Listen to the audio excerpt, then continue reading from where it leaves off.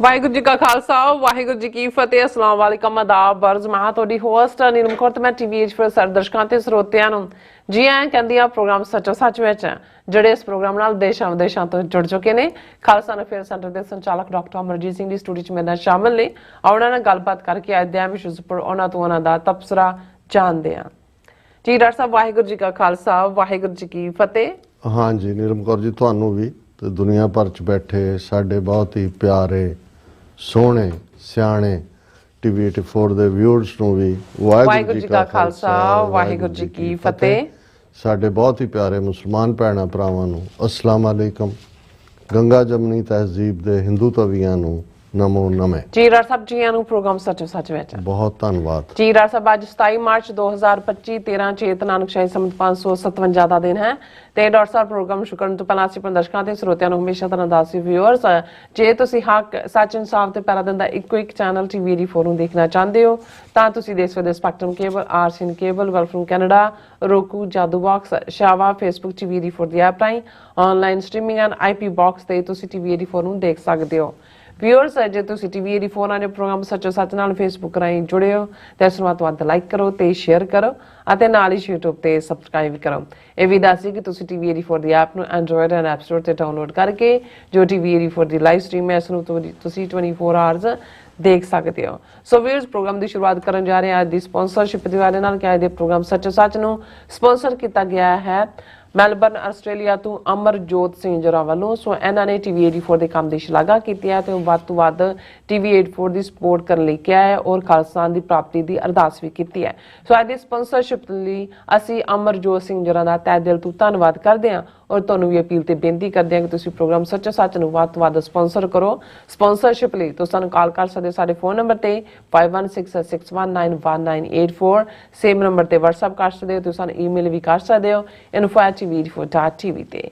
ਸੋ ਪਹਿਲੇ ਸੈਗਮੈਂਟ ਦੇ ਵਿੱਚ ਵਿਊਅਰਸ ਆਪਾਂ ਗੱਲਬਾਤ ਕਰਨ ਜਾ ਰਹੇ ਹਾਂ ਕੈਨੇਡਾ ਦੇ ਬਾਰੇ ਨਾਲ ਕਿ ਕੈਨੇਡਾ ਦੀ ਪਾਰਲੀਮੈਂਟ ਲਈ 28 ਅਪ੍ਰੈਲ ਨੂੰ ਵੋਟਾਂ ਪੈਣ ਜਾ ਰਹੀਆਂ ਨੇ। ਇਹ ਸਨੈਪ ਪੋਲਸ ਹਨ ਕਿਉਂਕਿ ਇਹ ਚੋਣਾਂ ਅਕਤੂਬਰ ਵਿੱਚ ਹੋਣੀਆਂ ਸਨ ਔਰ ਅਮਰੀਕਾ ਨਾਲ ਕੈਨੇਡਾ ਦੇ ਰਿਸ਼ਤੇ ਇਸ ਵੇਲੇ ਟੈਰਿਫ ਨੂੰ ਲੈ ਕੇ ਕੁੜਿੱਤਣ ਭਰੇ ਹਨ ਔਰ ਕੈਨੇਡਾ ਵਿੱਚ 1 ਮਿਲੀਅਨ ਦੇ ਲਗਭਗ ਸਿੱਖ ਵਸਦੇ ਹਨ। ਸੋ ਪਾਰਲੀਮੈਂਟ ਦੇ ਲਗਭਗ 30 ਹਲਕੇ ਐਸੇ ਹਨ ਜਿੱਥੇ ਸਿੱਖ ਵੋਟਾਂ ਨਾਲ ਹਾਰ ਜਿੱਤ ਦਾ ਫੈਸਲਾ ਹੁੰਦਾ ਹੈ।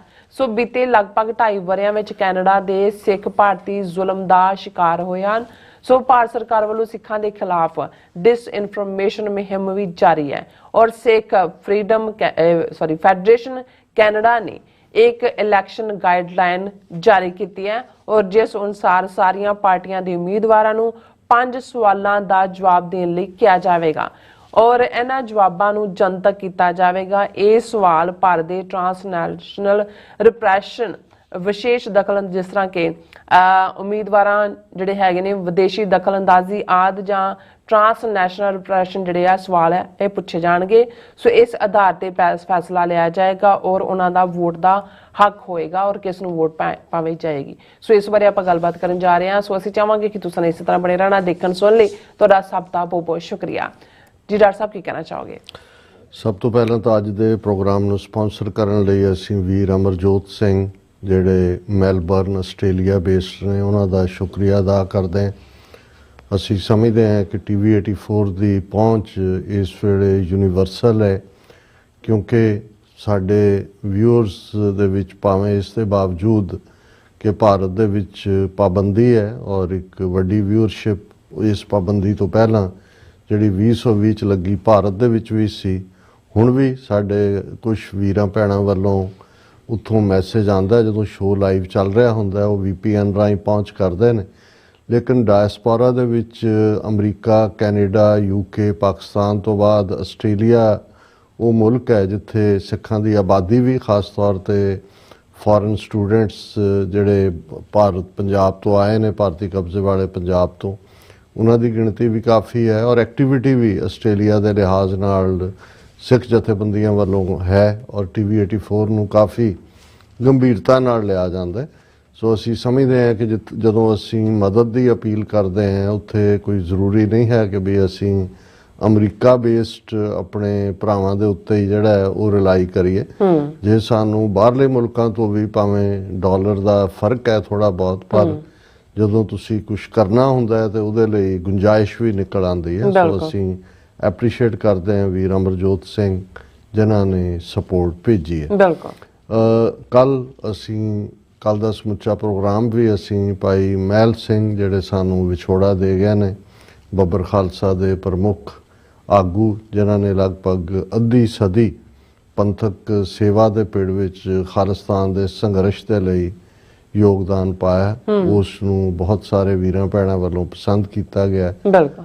ਅੱਜ ਹੀ ਸਾਡੇ WhatsApp ਤੇ ਵੀਰ ਜਸਬੀਰ ਸਿੰਘ ਜਿਹੜੇ ਹਵਾਈ ਯੋਧੇ ਸਵਿਟਜ਼ਰਲੈਂਡ ਬੇਸਡ, ਜਿਨ੍ਹਾਂ ਨੇ ਪਹਿਲਾ ਜਿਹੜਾ ਵੱਡਾ ਐਕਸ਼ਨ 29 ਸਤੰਬਰ ਜਿਹੜਾ ਨੂੰ ਸੀ, ਜਦੋਂ 1981 ਨੂੰ, ਜਦੋਂ ਕਿ 20 ਸਤੰਬਰ ਨੂੰ ਸੰਤ ਪਿੰਡਾਂ ਵਾਲਿਆਂ ਦੀ ਗ੍ਰਿਫਤਾਰੀ ਹੁੰਦੀ ਹੈ ਤੇ 29 ਸਤੰਬਰ ਨੂੰ ਭਾਈ ਗਜਿੰਦਰ ਸਿੰਘ ਦੀ ਅਗਵਾਈ 'ਚ ਜਿਹੜੇ 5 ਹਵਾਈ ਯੋਧਿਆਂ ਨੇ ਜਹਾਜ਼ ਅਗਵਾ ਕੀਤਾ ਸੀ, ਉਹਨਾਂ 'ਚ ਭਾਈ ਜਸਬੀਰ ਸਿੰਘ ਵੀ ਸ਼ਾਮਲ ਸਨ। ਅਸੀਂ ਆਪਣੀ ਸਵਿਟਜ਼ਰਲੈਂਡ ਫੇਰੀ ਵੇਲੇ ਉਹਨਾਂ ਦੇ ਨਾਲ ਪੋਡਕਾਸਟ ਕੀਤਾ, ਜਿਹਨੂੰ ਬਹੁਤ ਪਸੰਦ ਕੀਤਾ ਗਿਆ। ਲਗਭਗ 82-83 ਸਾਲ ਦੀ ਇਸ ਵੇਲੇ ਉਹਨਾਂ ਦੀ ਉਮਰ ਹੈ ਔਰ ਉਹਨਾਂ ਨੇ ਕੱਲ੍ਹ ਜਦੋਂ ਸੁਣਿਆ ਤੇ ਉਹਨਾਂ ਨੇ ਆਪਣਾ ਮੈਸੇਜ ਵੀ ਰਿਕਾਰਡ ਕਰਵਾਇਆ। ਉਹਨਾਂ ਨੇ ਇਹ ਕਿਹਾ ਕਿ ਵੀ ਮੈਂ ਟ੍ਰਿਬਿਊਟ ਦੇਣਾ ਚਾਹੁੰਦਾ ਹੈ, ਕਿਉਂਕਿ ਲੰਬਾ ਵਕਤ ਤੋਂ ਖੁਦ ਪਾਕਿਸਤਾਨ ਦੀ ਜੇਲ੍ਹ 'ਚ ਵੀ ਰਹੇ, ਫਿਰ ਬਾਹਰ ਆ ਕੇ ਵੀ। ਸੋ ਉਹਨਾਂ ਨੇ ਕਿਹਾ ਵੀ ਭਾਈ ਮਹਿਲ ਸਿੰਘ ਆਪਣੇ ਕਿਸਮ ਦੀ ਸ਼ਖਸੀਅਤ ਹੀ ਸਨ। ਉਹਨਾਂ ਕਿਹਾ ਵੀ ਜਦੋਂ ਭਾਈ ਸੁਖਦੇਵ ਸਿੰਘ ਬੱਬਰ ਸ਼ਹੀਦ ਹੋਏ 1993 ਦੇ ਵਿੱਚ, ਔਰ ਭਾਈ ਸੁਖਦੇਵ ਸਿੰਘ ਛੋਟੇ ਭਰਾਤਾ ਸਨ ਭਾਈ ਮਹਿਲ ਸਿੰਘ ਹੋਰਾਂ ਦੇ, ਉਹਨੇ ਕਿਹਾ ਵੀ ਅਸੀਂ ਆਪਣੇ ਵੱਲੋਂ ਤਾਂ ਅਫਸੋਸ ਕਰਨ ਲਈ ਉਹਨਾਂ ਨੂੰ ਮਿਲੇ, ਲੇਕਿਨ ਉਹਨਾਂ ਨੇ ਇੰਨੇ ਕੋ ਚੜ੍ਹਦੀ ਕਲਾ ਦੇ ਵਿੱਚ ਔਰ ਉਸ ਮਾਹੌਲ ਸੀ ਕਿ ਸਾਡੇ ਮੂੰਹੋਂ ਲਫ਼ਜ਼ ਹੀ ਨਹੀਂ ਅਫਸੋਸ ਦਾ ਨਿਕਲ ਸਕਿਆ। ਇੰਨਾ ਉਹ ਭਾਣੇ 'ਚ ਰਹਿ ਕੇ ਗੁਰੂ ਦੇ ਭਾਣੇ ਨੂੰ ਮੰਨਣ ਵਾਲੇ, ਚੱਤੇ ਪੈਰ ਬਾਣੀ ਨਾਲ ਜੁੜੇ ਹੋਏ, ਔਰ ਜਿਸ ਕਦਰ ਉਹਨਾਂ ਨੇ ਕਿਹਾ ਕਿ ਭਾਈ ਇੰਨਾ ਵੱਡਾ ਜਿਗਰਾ ਔਰ ਹਰ ਪੱਖੋਂ ਉਹਨਾਂ ਦੀ ਮੈਗਨੈਨਿਮਿਟੀ, ਘੱਟ ਬੋਲਣਾ, ਹਰ ਇੱਕ ਨੂੰ ਪਿਆਰ ਦੇ ਨਾਲ ਬੋਲਣਾ, ਕੋਲ ਬੈਠ ਕੇ ਸਮਝਾਉਣਾ, ਕਦੇ ਇਹ ਜਿਹੜਾ ਮਹਿਸੂਸ ਹੀ ਨਹੀਂ ਸੀ ਹੋਇਆ ਕਿ ਅਸੀਂ ਇੰਨੇ ਵੱਡੇ ਬੰਦੇ ਦੀ ਕੰਪਨੀ 'ਚ ਹੈ, ਕਿਉਂਕਿ ਇੰਨੀ ਨਿਮਰਤਾ, ਇੰਨੀ ਸਾਦਗੀ ਔਰ ਇੰਨਾ ਗੁਰਸਿੱਖੀ ਜਾਓ ਜਲਾਲ। ਬਿਲਕੁਲ। ਔਰ ਇਹੀ ਗੱਲ ਕੱਲ ਜਿਉਂ ਹੀ ਅਸੀਂ ਪ੍ਰੋਗਰਾਮ ਖਤਮ ਕਰਕੇ ਮੈਂ ਸਟੂਡੀਓ ਗਿਆ ਤੇ ਲਾਹੌਰ ਤੋਂ ਮਿਸਟਰ ਅਜ਼ਹਰ ਸ਼ੇਖ ਜਿਹੜੇ ਲਾਹੌਰ ਹਾਈ ਕੋਰਟ ਦੇ ਪ੍ਰੋਮੀਨੈਂਟ ਵਕੀਲ ਨੇ, ਸਿੰਘਾਂ ਦੇ ਨਾਲ ਵੀ ਉਹਨਾਂ ਦਾ ਰਾਬਤਾ ਰਿਹਾ, ਸਾਡੇ ਨਾਲ ਵੀ ਮੁਹੱਬਤ ਕਰਦੇ ਨੇ, ਉਹਨਾਂ ਦੀ ਕਾਲ ਸੀ ਔਰ ਉਹਨਾਂ ਦੀ ਆਵਾਜ਼ ਜਿਹੜੀ ਹੈ ਉਸ ਦੇ ਵਿੱਚ ਭਾਰਾਪਨ ਸੀ, ਜਿਵੇਂ ਕੋਈ ਰੋ ਕੇ ਹਟੇ ਹੋਣ। ਔਰ ਉਸੇ ਟੋਨ 'ਚ ਉਹਨਾਂ ਨੇ ਕਿਹਾ ਡਾਕਟਰ ਸਾਹਿਬ ਸਾਡੇ ਇੱਕ ਹੋਰ ਦੋਸਤ ਸਾਥੀ ਚਲੇ ਗਏ। ਔਰ ਉਹਨਾਂ ਨੇ ਕਿਹਾ ਕਿ ਵੀ ਉਹ ਆਪਣੀ ਕਿਸਮ ਦੀ ਸ਼ਖਸੀਅਤ ਹੀ ਸਨ। ਉਹਨਾਂ ਨੇ ਕਿਹਾ ਵੀ ਹੁਣ ਵੀ ਭਾਵੇਂ ਉਹਨਾਂ ਦੀ ਸਿਹਤ ਠੀਕ ਨਹੀਂ ਸੀ, ਜਦੋਂ ਵੀ ਗੁਰਦੁਆਰਾ ਤੰਬੂ ਸਾਹਿਬ ਜਿੱਥੇ ਉਹਨਾਂ ਨੇ ਅਖੀਰਲੇ ਆਪਣੇ ਸਾਹ ਲਏ, ਮੈਂ ਕਹਿੰਦੇ ਮਿਲਣ ਜਾਣਾ, ਉਹਨਾਂ ਨੇ ਕੁਰਸੀ ਸਾਹਮਣੇ ਢਾਹ ਦੇਣੀ ਤੇ ਫਿਰ ਨਿੱਕੀਆਂ ਨਿੱਕੀਆਂ ਗੱਲਾਂ ਉਹਨਾਂ ਨੇ ਜੋ ਇਸ ਸਾਰੇ ਪੀਰੀਅਡ ਦੇ ਵਿੱਚ ਵਾਪਰੀਆਂ ਨੇ ਔਰ ਕੌਮ ਦਾ ਭਵਿੱਖ ਕੀ ਹੈ।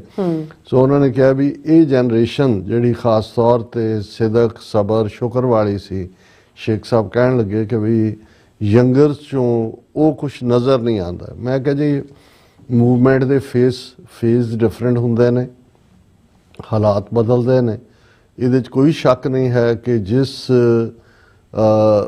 ਸਿਦਕ ਸਬਰ ਦੇ ਨਾਲ ਔਰ ਜਿਸ ਰੈਜ਼ਿਲੀਅੰਸ ਦੇ ਨਾਲ 78 ਤੋਂ ਬਾਅਦ ਸਾਡੇ ਇਹਨਾਂ ਯੋਧਿਆਂ ਨੇ ਪੰਥਕ ਪਿੜ ਦੇ ਵਿੱਚ, ਕਿਉਂਕਿ ਉਦੋਂ ਕੌਮ ਦਾ ਵੱਡਾ ਹਿੱਸਾ ਅੱਜ ਵੀ ਜਦੋਂ ਕੋਈ ਕਹਿਣਗੇ ਜੀ ਆਪਣੀ ਕੌਮ ਸੁੱਤੀ ਹੈ, ਮੈਂ ਕਿਹਾ ਜੀ ਤੁਸੀਂ ਫਿਰ 78 ਤੋਂ ਪਹਿਲਾਂ ਦਾ ਦੌਰ ਨਹੀਂ ਦੇਖਿਆ ਹੋਇਆ ਵੀ ਉਦੋਂ ਕੀ ਹਾਲ ਸੀ।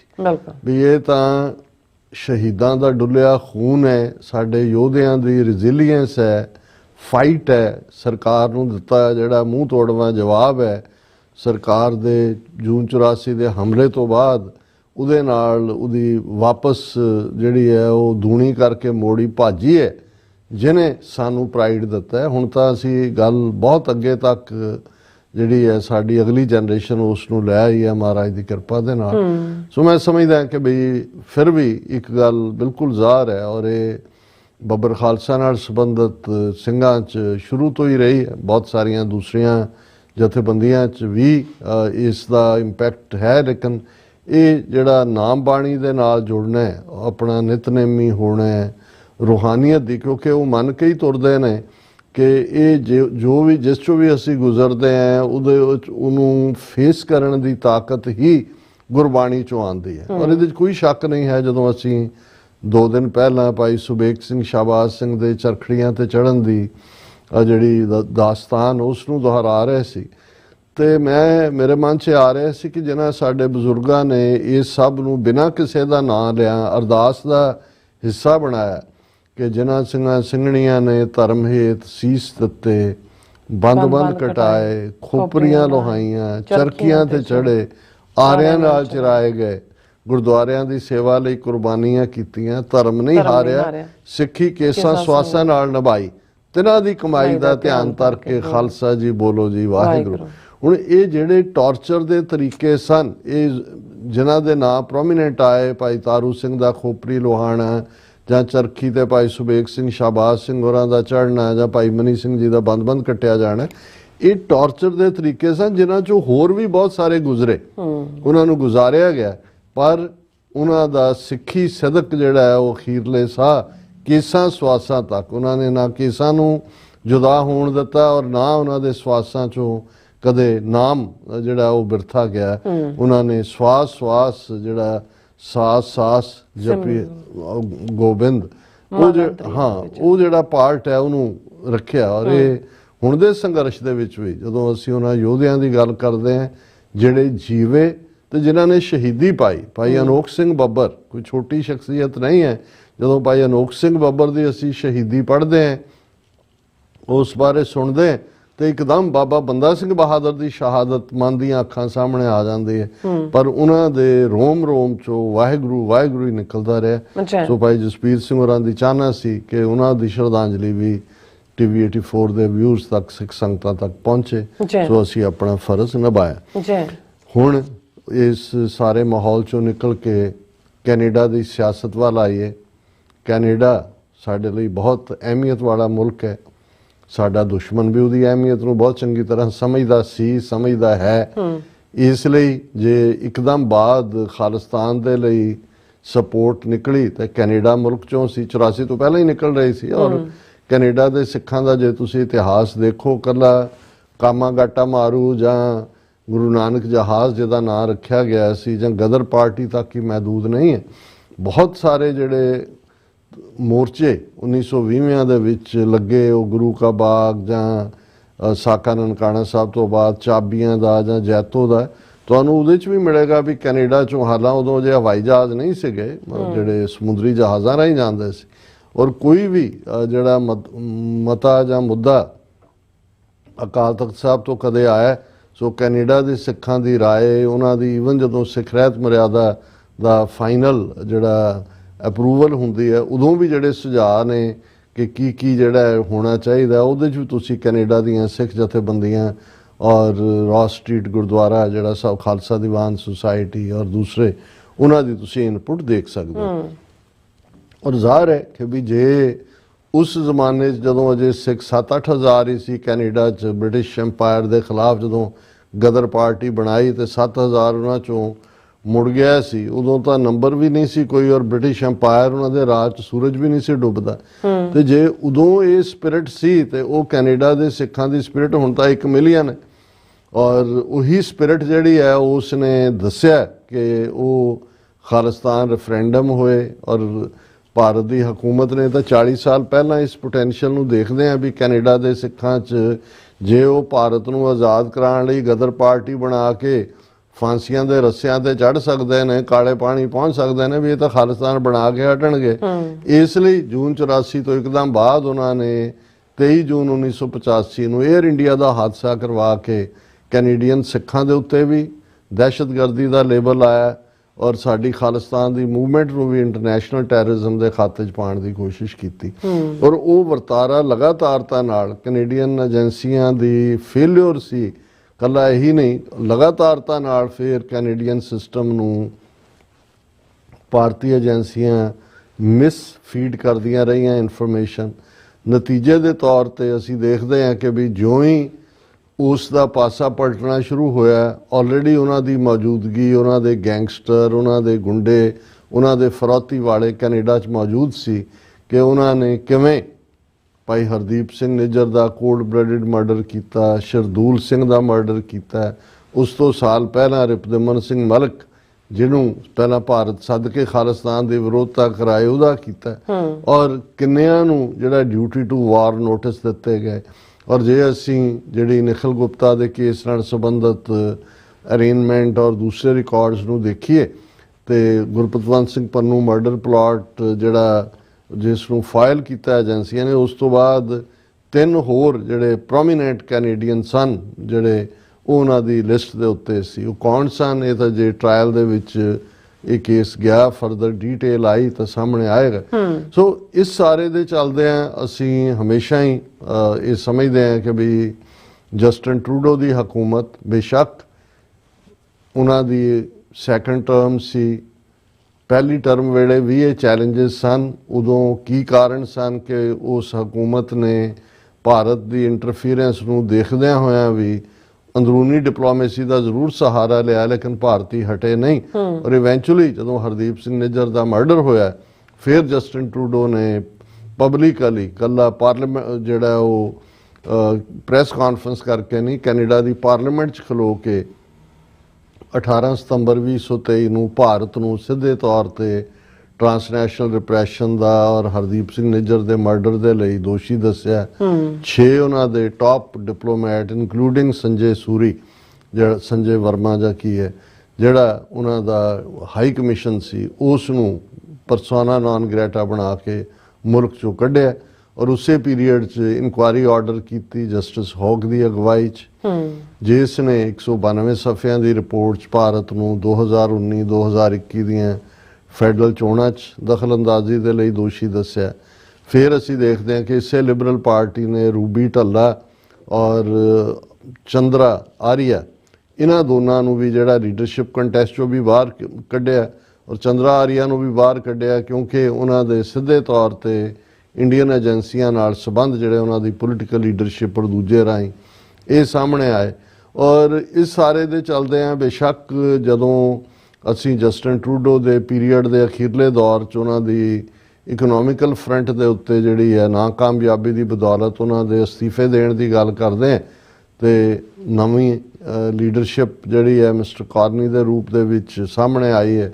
ਔਰ ਉਹਨਾਂ ਨੇ ਸਨੈਪ ਪੋਲਸ ਜਿਹੜੀਆਂ ਚੋਣਾਂ ਅਕਤੂਬਰ 'ਚ ਹੋਣੀਆਂ ਸੀ ਉਹ ਅਪ੍ਰੈਲ ਦੇ ਵਿੱਚ ਹੋਣ ਜਾ ਰਹੀਆਂ ਨੇ। 28 ਅਪ੍ਰੈਲ ਆਲਰੇਡੀ ਡਿਕਲੇਅਰਡ ਡੇਟ ਹੈ ਜਿਸ ਦਿਨ ਕੈਨੇਡਾ ਵਾਸੀਆਂ ਨੇ ਕੈਨੇਡੀਅਨ ਪਾਰਲੀਮੈਂਟ ਦੇ ਲਈ ਵੋਟਾਂ ਪਾਉਣੀਆਂ ਨੇ। ਜ਼ਾਹਰ ਹੈ ਕਿ ਸਿੱਖ ਜਿਹੜੇ ਨੇ ਕੈਨੇਡਾ ਦੇ ਵਿੱਚ ਸ਼ੁਰੂ ਤੋਂ ਹੀ ਐਕਟਿਵ ਰਹੇ, 47 ਤੋਂ ਬਾਅਦ ਹੀ ਬਹੁਤਿਆਂ ਨੂੰ ਤਾਂ ਵੋਟ ਦਾ ਹੱਕ ਮਿਲਿਆ। ਲੇਕਿਨ ਇਹਦੇ 'ਚ ਤੁਸੀਂ ਜੇ ਤਿੰਨੋਂ ਚਾਰੋਂ ਪਾਰਟੀਆਂ ਹੀ ਦੇਖੋ, ਉਹਨਾਂ ਦੇ ਵਿੱਚ ਇੱਕ ਸਟੇਜ ਤੇ ਰਿਫਾਰਮ ਪਾਰਟੀ ਵੀ ਆਈ ਸੀ, ਉਹਦੇ 'ਚ ਵੀ ਸਿੱਖਾਂ ਦੀ ਜਿਹੜੀ ਹੈ ਨੁਮਾਇੰਦਗੀ ਸੀ ਔਰ ਗੁਰਬੰਤ ਗਰੇਵਾਲ ਮੈਂਬਰ ਪਾਰਲੀਮੈਂਟ ਉਸ ਪਾਰਟੀ ਤੋਂ ਬਣੇ ਸੀ। ਮੋਸਟਲੀ ਬ੍ਰਿਟਿਸ਼ ਕੋਲੰਬੀਆ ਦੇ ਵਿੱਚ ਸਿੱਖਾਂ ਦੀ ਫੇਵਰਿਟ ਪਾਰਟੀ NDP ਰਹੀ ਹੈ, ਨੈਸ਼ਨਲ ਡੈਮੋਕ੍ਰੈਟਿਕ ਪਾਰਟੀ, ਜਿਹਦੇ ਲੀਡਰ ਜਗਮੀਤ ਸਿੰਘ ਇੱਕ ਅੰਮ੍ਰਿਤਧਾਰੀ ਸਿੰਘ ਨੇ। ਔਰ ਇਹ ਟਰੂਡੋ ਦੀ ਜਿਹੜੀ ਪ੍ਰੀਵੀਅਸ ਹਕੂਮਤ ਹੈ ਉਹ ਉਨੀਆਂ ਸੀਟਾਂ ਨਹੀਂ ਸੀ ਲਿਜਾ ਸਕੀ ਔਰ NDP ਦੀ ਮਦਦ ਦੇ ਨਾਲ ਹੀ ਜਿੰਨਾ ਪੀਰੀਅਡ ਉਹਨਾਂ ਨੇ ਕੱਢਿਆ ਉਹ NDP ਨੇ ਏਜੰਡਾ ਬੇਸਡ ਸਪੋਰਟ ਦਿੱਤੀ। ਔਰ ਬ੍ਰਿਟਿਸ਼ ਕੋਲੰਬੀਆ 'ਚ ਲੋਕਲ ਜਿਹੜੀ ਸਰਕਾਰ ਬਣਦੀ ਹੈ most of the time NDP ਦੀ ਬਣਦੀ ਹੈ, ਹੁਣ ਵੀ NDP ਹੈ।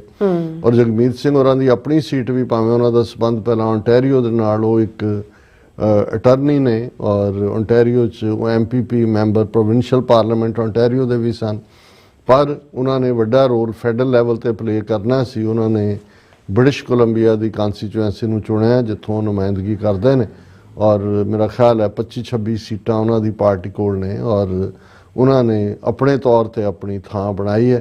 ਸੋ ਉਹਨਾਂ ਦੇ ਨਾਲ ਕਿਉਂਕਿ NDP ਦਾ ਬ੍ਰਿਟਿਸ਼ ਕੋਲੰਬੀਆ 'ਚ ਸਿੱਖਾਂ ਦੀ ਵੋਟ ਦੋ ਪਾਸੇ ਡਿਵਾਈਡ ਹੁੰਦੀ ਹੈ, ਇੱਕ ਪਾਸੇ ਲਿਬਰਲ ਪਾਰਟੀ, ਜ਼ਾਹਰ ਹੈ ਲਿਬਰਲ ਪਾਰਟੀ ਸ਼ੁਰੂ ਤੋਂ ਹੀ ਸਿੱਖਾਂ ਦੀ ਫੈਡਰਲ ਲੈਵਲ ਤੇ, NDP ਤਾਂ ਲੋਕਲ ਲੈਵਲ ਦੀ ਪਾਰਟੀ ਰਹੀ ਹੈ, ਫੈਡਰਲ ਲੈਵਲ ਤੇ ਪਸੰਦੀਦਾ ਪਾਰਟੀ ਰਹੀ। ਜਸਟਿਨ ਟਰੂਡੋ ਤੋਂ ਪਹਿਲਾਂ ਟਰੂਡੋ ਦੇ ਫਾਦਰ ਵੀ ਔਰ ਦੂਸਰੇ ਵੀ, ਹਾਲਾਂ ਬਹੁਤ ਵਾਰ ਜਿਹੜੀ ਕੰਜ਼ਰਵੇਟਿਵ ਪਾਰਟੀ ਹੈ ਉਹਦੇ 'ਚ ਵੀ ਸਿੱਖਾਂ ਦੀ ਸ਼ਮੂਲੀਅਤ ਬਹੁਤ ਘੱਟ ਰਹੀ ਹੈ ਕਿਉਂਕਿ ਬਹੁਤ ਵਾਰੀ ਕੰਜ਼ਰਵੇਟਿਵ ਪਾਰਟੀ ਦੇ ਲੀਡਰ ਜ਼ਿਆਦਾ ਪ੍ਰੋ ਇੰਡੀਆ ਵੀ ਔਰ ਜਿਹੜੇ ਨੇ ਉਹ ਅਪਰਚੂਨਿਸਟ ਔਰ ਵਿਦਨ ਕੈਨੇਡਾ ਵੀ ਜਿਹੜੀਆਂ ਕੰਜ਼ਰਵੇਟਿਵ ਪਾਰਟੀ ਦੀਆਂ ਨੀਤੀਆਂ ਹੁੰਦੀਆਂ ਨੇ ਉਹ ਕਦੇ ਵੀ ਜਿਹੜੀ ਇਮੀਗ੍ਰੈਂਟ ਪਾਪੂਲੇਸ਼ਨ ਹੈ ਉਹਨੂੰ ਸੂਟ ਨਹੀਂ ਕਰਦੀਆਂ। ਸੋ ਜ਼ਾਹਰ ਹੈ ਕਿ ਵੀ ਇਸ ਮੁੱਦੇ ਦੇ ਉੱਤੇ ਜੋ ਸਿੱਖਾਂ ਦੇ ਖਿਲਾਫ ਪਿਛਲੇ 2.5 ਸਾਲ ਦੇ ਵਿੱਚ ਵਾਪਰਿਆ, ਜਸਟਿਨ ਟਰੂਡੋ ਨੇ ਆਪਣੇ ਐਕਸ਼ਨਸ ਦੇ ਨਾਲ ਔਰ ਆਪਣੀ ਸਟੈਡਫਾਸਟਨੈਸ ਔਰ ਬੋਲਡਨੈਸ ਦੇ ਨਾਲ ਸਿੱਖਾਂ ਦੇ ਵਿੱਚ ਤਾਂ ਥਾਂ ਬਣਾਈ ਹੈ। ਔਰ NDP ਜ਼ਾਹਰ ਹੈ ਜਗਮੀਤ ਸਿੰਘ ਦੀ ਹੋਂਦ, ਔਰ ਦੂਜਾ ਉਹ ਵੀ ਇੱਕ ਆਪਣਾ ਉਹਨਾਂ ਦੀ ਪਸੰਦੀਦਾ ਪਾਰਟ ਹੈ। ਕੰਜ਼ਰਵੇਟਿਵ ਪਾਰਟੀ ਜਿਸ ਦਾ ਹੁਣ ਜਿਹਦਾ ਤਾਂ ਇਹ ਵੀ ਸਾਹਮਣੇ, ਜਿਵੇਂ ਕੱਲ੍ਹ ਦੀਆਂ ਖਬਰਾਂ 'ਚ ਅਸੀਂ ਗਲੋਬ ਐਂਡ ਮੇਲ ਦੇ ਹਵਾਲੇ ਨਾਲ ਗੱਲ ਕੀਤੀ ਸੀ ਕਿ ਮਿਸਟਰ ਪਿਆਰੇ ਦੀ ਜਿਹੜੀ ਕੰਜ਼ਰਵੇਟਿਵ ਪਾਰਟੀ ਦੇ ਲੀਡਰ ਦੀ ਚੋਣ ਸੀ ਉਹਦੇ 'ਚ ਵੀ ਇੰਡੀਆ ਨੇ ਇੰਟਰਫੀਅਰ ਕੀਤਾ ਔਰ 2019-2021 'ਚ ਕੰਜ਼ਰਵੇਟਿਵ ਪਾਰਟੀ ਦੇ ਹੱਕ 'ਚ ਹੀ ਇੰਟਰਫੇਰੈਂਸ ਸੀ ਇੰਡੀਆ ਦੀ। ਹਾਲਾਂਕਿ ਕੰਜ਼ਰਵੇਟਿਵਸ ਨੇ ਵੀ ਇਹ ਦੇਖਦਿਆਂ ਹੋਇਆ ਕਿ ਸਿੱਖਾਂ ਦਾ ਪੋਟੈਂਸ਼ੀਅਲ ਹੈ, ਇਸ ਵਾਰ ਹੋਲੇ ਮਹੱਲੇ ਦੇ ਮੌਕੇ ਤੇ ਮਿਸਟਰ ਪਿਆਰੇ ਨੇ ਜਿਹੜਾ ਕੰਜ਼ਰਵੇਟਿਵ ਪਾਰਟੀ ਲੀਡਰ ਹੈ ਔਰ ਇਸ ਵੇਲੇ ਜਿਹੜੀ ਪ੍ਰਾਈਮ ਮਿਨਿਸਟਰੀਅਲ ਅਹੁਦੇ ਦੀ ਚੋਣ ਹੈ, ਉਹਨੂੰ ਦੋਨਾਂ ਦੇ ਹੀ ਲੀਡਰ ਆਲਰੇਡੀ ਮਿਸਟਰ ਕਾਰਨੀ ਜਿਹੜੇ ਬੈਂਕ ਆਫ ਇੰਗਲੈਂਡ ਦੇ ਵੀ ਔਰ ਦੂਸਰੇ ਦੇ ਆਧਾਰ ਤੇ ਵੀ ਆਰਥਿਕ ਤੌਰ ਦੇ ਉੱਤੇ ਉਹਨਾਂ ਨੇ ਇਸ਼ੂ ਵੀ ਖੜੇ ਕੀਤੇ ਨੇ, ਟਰੰਪ ਦੇ ਨਾਲ ਵੀ ਆਡਾ ਲਿਆ ਸਿੱਧਾ ਔਰ ਅੱਜ ਵੀ ਉਹਨਾਂ ਦੀ ਇਹ ਸਟੇਟਮੈਂਟ ਕਿ ਵੀ ਇਹ ਜਿਹੜਾ ਜਦੋਂ ਹੁਣ ਆਟੋ ਇੰਡਸਟਰੀ ਦੇ ਉੱਤੇ ਵੀ 25% ਟੈਰਿਫ ਠੋਕ ਦਿੱਤੀ ਹੈ ਟਰੰਪ ਨੇ, ਤਾਂ ਉਹਨੇ ਕਿਹਾ ਵੀ it's like declaring a war, economical war against Canada. So ਇਸ ਬਿਟਰਨੈਸ ਦੇ ਵਿੱਚ ਔਰ ਕੈਨੇਡੀਅਨ ਜਿਹੜੇ ਨੇ, ਜਿਵੇਂ ਅਸੀਂ ਦੱਸਿਆ ਸੀ ਕਿ ਬਹੁਤ ਸਾਰੀਆਂ ਫਲਾਈਟਸ ਵੀ ਅਮਰੀਕਾ ਦੀਆਂ ਕੈਂਸਲ ਕੀਤੀਆਂ ਨੇ ਉਹਨਾਂ ਦੀਆਂ 에ਅਰਲਾਈਨਸ ਨੇ, ਕਿਉਂਕਿ ਪੈਸੇਂਜਰਸ ਨੇ ਵੀ ਜਿਹੜਾ ਉਹ ਬਾਈਕਾਟ ਲਾਈਨ ਕਿ ਜੇ ਵੈਕੇਸ਼ਨ ਕਰਨੀ ਹੈ ਤਾਂ ਆਪਣੇ ਮੁਲਕ 'ਚ ਕਰਾਂਗੇ। ਬਹੁਤ ਸਾਰੇ ਅਮਰੀਕਨ ਪ੍ਰੋਡਕਟ ਵੀ ਸ਼ੈਲਵਸ ਤੋਂ, ਖਾਸ ਤੌਰ ਤੇ ਵਿਸਕੀ, ਵਾਈਨ, ਉਹ ਉਹਨਾਂ ਨੇ ਰਿਮੂਵ ਕੀਤੇ ਨੇ। ਸੋ ਇਸ ਸਾਰੇ ਸਿਨੈਰੀਓ ਦੇ ਵਿੱਚ 28 ਅਪ੍ਰੈਲ ਦੀਆਂ ਚੋਣਾਂ ਨੂੰ ਲੈ ਕੇ ਸਿੱਖਾਂ ਦੇ ਸਾਹਮਣੇ ਇਹ ਚੈਲੰਜ ਹੈ ਕਿ ਵੀ ਉਹ ਕਿਹਨੂੰ ਵੋਟ ਪਾਉਣ। ਔਰ ਮੈਂ ਸਮਝਦਾ ਵੀ ਇਸ ਮਾਮਲੇ 'ਚ ਸਿੱਖ ਫੈਡਰੇਸ਼ਨ ਕੈਨੇਡਾ ਨੇ UK ਮਾਡਲ ਫੋਲੋ ਕੀਤਾ ਔਰ ਸਿੱਖ ਫੈਡਰੇਸ਼ਨ UK ਉਹਨਾਂ ਨੇ ਇੱਕ ਸਟੇਜ ਦੇ ਉੱਤੇ ਬਹੁਤ ਵਰੇ ਪਹਿਲਾਂ, ਜਿਸ ਨੂੰ ਉਹਨਾਂ ਨੇ ਸਿੱਖ ਏਜੰਡਾ ਦਾ ਨਾਂ ਦਿੱਤਾ ਸੀ, ਜਿਹਦੇ ਥੱਲੇ ਉਹਨਾਂ ਦੇ 10 ਪੁਆਇੰਟਸ ਹੁੰਦੇ ਸੀ ਕਿ ਵੀ ਉਹਨਾਂ ਦਾ ਸੀ ਕਿ ਵੀ ਸਾਨੂੰ ਬਜਾਏ ਅਸੀਂ ਕਿਸੇ ਇੱਕ ਪਾਰਟੀ ਦੀ ਪੂਛ ਫੜ ਕੇ ਬੈਠੇ ਰਹੀਏ, ਸਾਨੂੰ ਓਪਨ ਰਹਿਣਾ ਚਾਹੀਦਾ, ਸਾਨੂੰ ਇਸ਼ੂ ਬੇਸਡ ਸਪੋਰਟ ਮੰਗਣੀ ਚਾਹੀਦੀ ਹੈ ਔਰ ਉਹਦੇ ਤੇ ਆਧਾਰਿਤ ਹੀ ਹਮਾਇਤ ਕਰਨੀ ਚਾਹੀਦੀ ਹੈ। ਔਰ ਇਸ ਲਈ ਉਸ ਏਜੰਡੇ 'ਚ ਕਿ ਭਾਈ ਤੁਸੀਂ ਲੋਕਲ ਕੀ ਕਰੋਗੇ ਸਿੱਖਾਂ ਲਈ, ਜਾਂ ਜਿਹੜੀਆਂ ਵੀ UK ਦੀਆਂ ਆਪਣੀਆਂ ਸੀ, ਉਹਦੇ 'ਚ ਫਿਰ ਇੱਕ ਨੁਕਤਾ ਰਾਈਟ ਆਫ ਸੈਲਫ ਡਿਟਰਮੀਨੇਸ਼ਨ ਵੀ ਸੀ ਕਿ ਵੀ ਤੁਸੀਂ ਸਿੱਖਾਂ ਦੇ ਸਵੈ ਨਿਰਣੇ ਦੇ ਹੱਕ ਦੀ ਮੰਗ ਦੀ ਹਮਾਇਤ ਕਰੋਗੇ ਕਿ ਨਹੀਂ। ਬਾਕੀ ਜੂਨ 84 ਦਾ ਕਮਿਸ਼ਨ ਬਣਾਉਣਾ ਜਾਂ ਜਿਹੜੀਆਂ ਹੋਰ ਨੀਤੀਆਂ ਨੇ ਉਹਨਾਂ ਦੇ ਉੱਤੇ ਆਧਾਰਿਤ ਹੁੰਦਾ ਸੀ। ਸੋ ਹੁਣ ਕਿਉਂਕਿ ਸਿੱਖ ਫੈਡਰੇਸ਼ਨ ਦੇ 4 ਮੁਲਕਾਂ ਦੇ ਵਿੱਚ UK, ਕੈਨੇਡਾ, ਆਸਟ੍ਰੇਲੀਆ ਔਰ ਅਮਰੀਕਾ ਜੁਆਇੰਟ ਵੀ ਲਾਂਚ ਹੋਈ ਹੈ ਔਰ ਮੈਨੂੰ ਖੁਸ਼ੀ ਹੈ ਕਿ ਵੀ ਇਸ ਵਾਰ ਦੀਆਂ ਚੋਣਾਂ ਨੂੰ ਲੈ ਕੇ ਸਿੱਖ ਫੈਡਰੇਸ਼ਨ ਕੈਨੇਡਾ ਨੇ ਜਿਹੜਾ 2025 ਕੈਨੇਡਾ ਇਲੈਕਸ਼ਨ ਗਾਈਡ ਕੈਂਡੀਡੇਟ ਕੁਐਸਚਨੇਅਰ ਇਹ ਉਹਨਾਂ ਨੇ ਅੱਜ ਜਾਰੀ ਕੀਤਾ, ਕਿਉਂਕਿ ਕੈਨੇਡਾ ਦੇ ਵਿੱਚ ਲਗਭਗ 30 ਪਾਰਲੀਮਾਨੀ ਹਲਕੇ ਐਸੇ ਨੇ ਜਿਨ੍ਹਾਂ ਦੇ ਵਿੱਚ ਸਿੱਖਾਂ ਦੀ ਵੋਟ ਡਿਸਾਈਡਿੰਗ ਵੋਟ ਹੈ।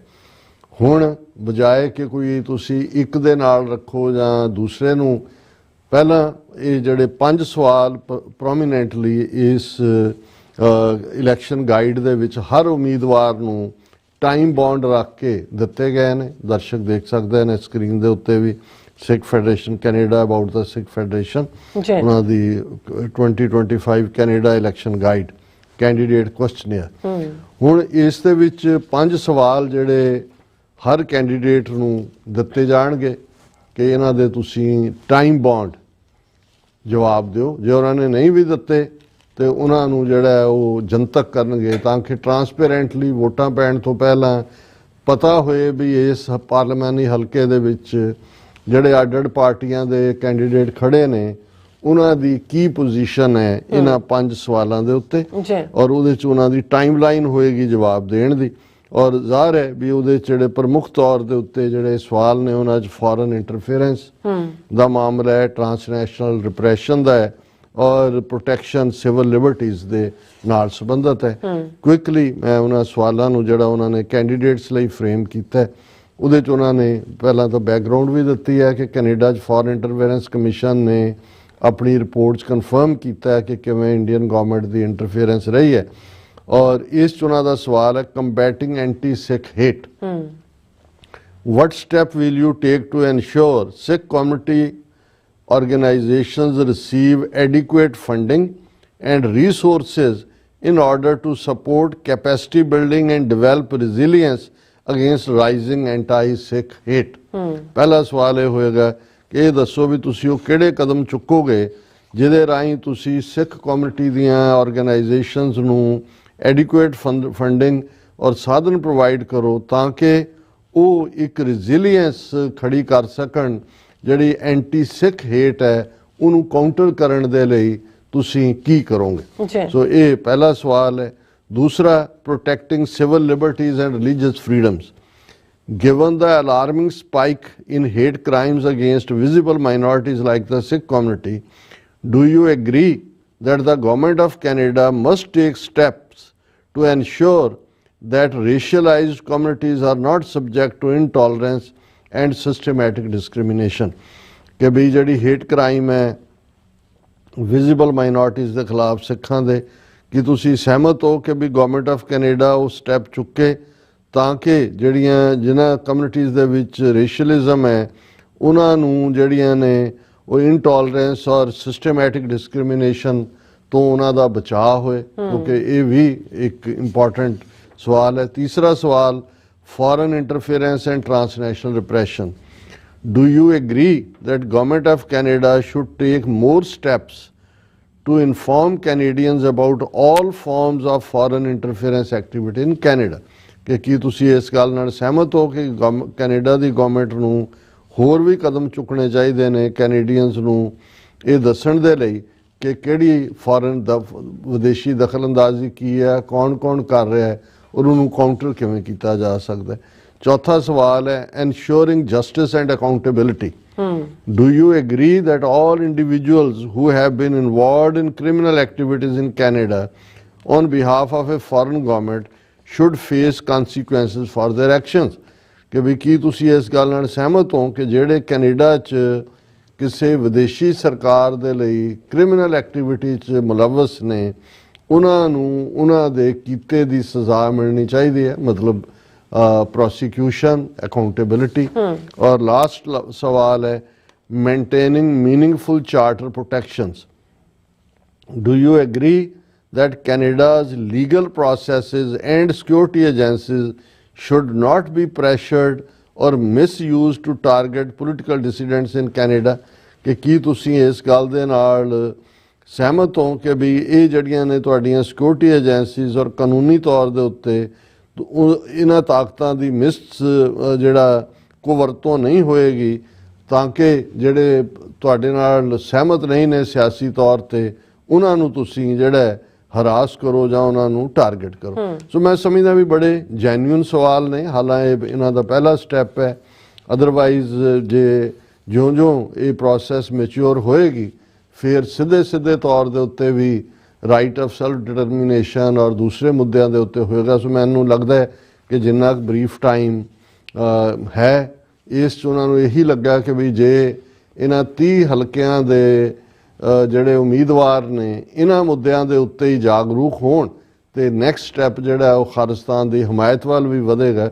ਔਰ ਇਸ ਸੰਬੰਧੀ ਵੀਰ ਮਨਿੰਦਰ ਸਿੰਘ ਹੋਰਾਂ ਨੇ ਜਿਹੜੇ ਸਿੱਖ ਫੈਡਰੇਸ਼ਨ ਨੂੰ ਰਿਪਰੈਜ਼ੈਂਟ ਕਰਦੇ ਨੇ ਕੈਨੇਡਾ 'ਚ, ਉਹਨਾਂ ਨੇ ਜਿਹੜੀ ਹੈ ਉਹ ਇਹ ਪ੍ਰੈਸ ਰਿਲੀਜ਼ ਵੀ ਔਰ ਉਹਨਾਂ ਦੇ ਜਿਹੜੇ ਕੌਮੀ ਬੁਲਾਰੇ ਨੇ ਸਿੱਖ ਫੈਡਰੇਸ਼ਨ ਦੇ ਭਾਈ ਮਨਿੰਦਰ ਸਿੰਘ, ਉਹਨਾਂ ਨੇ ਇਹ ਕਿਹਾ ਕਿ ਵੀ ਕੈਨੇਡਾ ਵਿੱਚ ਸਿੱਖ ਭਾਈਚਾਰੇ ਤੇ ਹੋ ਰਹੇ ਬਹੁਪੱਖੀ ਹਮਲਿਆਂ ਦੇ ਮੱਦੇਨਜ਼ਰ ਇਹ ਬਹੁਤ ਜ਼ਰੂਰੀ ਹੈ ਕਿ ਚੋਣ ਲੜ ਰਹੇ ਹਰ ਇੱਕ ਉਮੀਦਵਾਰ ਅਤੇ ਮੌਜੂਦਾ ਸੰਸਦ ਮੈਂਬਰ ਸਾਫ਼ ਕਰਕੇ ਦੱਸਣ ਕਿ ਉਹ ਇਹਨਾਂ ਅਹਿਮ ਮੁੱਦਿਆਂ ਤੇ ਕਿੱਥੇ ਖੜੇ ਹਨ। ਇਹ ਸਿਰਫ ਨਵੇਂ ਉਮੀਦਵਾਰਾਂ ਲਈ ਨਹੀਂ, ਜਿਹੜੇ ਇਨਕੰਬੈਂਟ ਨੇ, ਜਿਹੜੇ ਆਲਰੇਡੀ ਬਣੇ ਹੋਏ ਨੇ, ਉਹਨਾਂ ਨੂੰ ਵੀ ਇਹ ਸਵਾਲਾਂ ਦਾ ਔਰ ਇੱਕ ਨਿਸ਼ਚਿਤ ਟਾਈਮ ਲਾਈਨ ਦੇ ਵਿੱਚ ਜਵਾਬ ਦੇਣਾ ਹੋਏਗਾ। ਅਸੀਂ ਸਿੱਖ ਫੈਡਰੇਸ਼ਨ ਕੈਨੇਡਾ ਨੂੰ ਮੁਬਾਰਕਬਾਦ ਦਿੰਦੇ ਹਾਂ ਕਿ ਉਹਨਾਂ ਨੇ right step at the right time ਚੁੱਕਿਆ ਔਰ ਸਿੱਖ ਸੰਗਤਾਂ ਨੂੰ ਵੀ ਅਸੀਂ ਕੈਨੇਡਾ ਦੀਆਂ ਅਪੀਲ ਕਰਾਂਗੇ ਕਿ ਵੀ ਇਹੀ ਤਰੀਕਾ ਹੁੰਦਾ ਹੈ। ਸਿਆਸਤਦਾਨ ਪੋਲੀਟੀਕਲ ਲੋਕ ਬੜੀ ਉਹਨਾਂ ਦੀ ਥਿਕ ਸਕਿਨ ਹੁੰਦੀ, ਬੜੀ ਮੋਟੀ ਚਮੜੀ ਹੁੰਦੀ ਹੈ,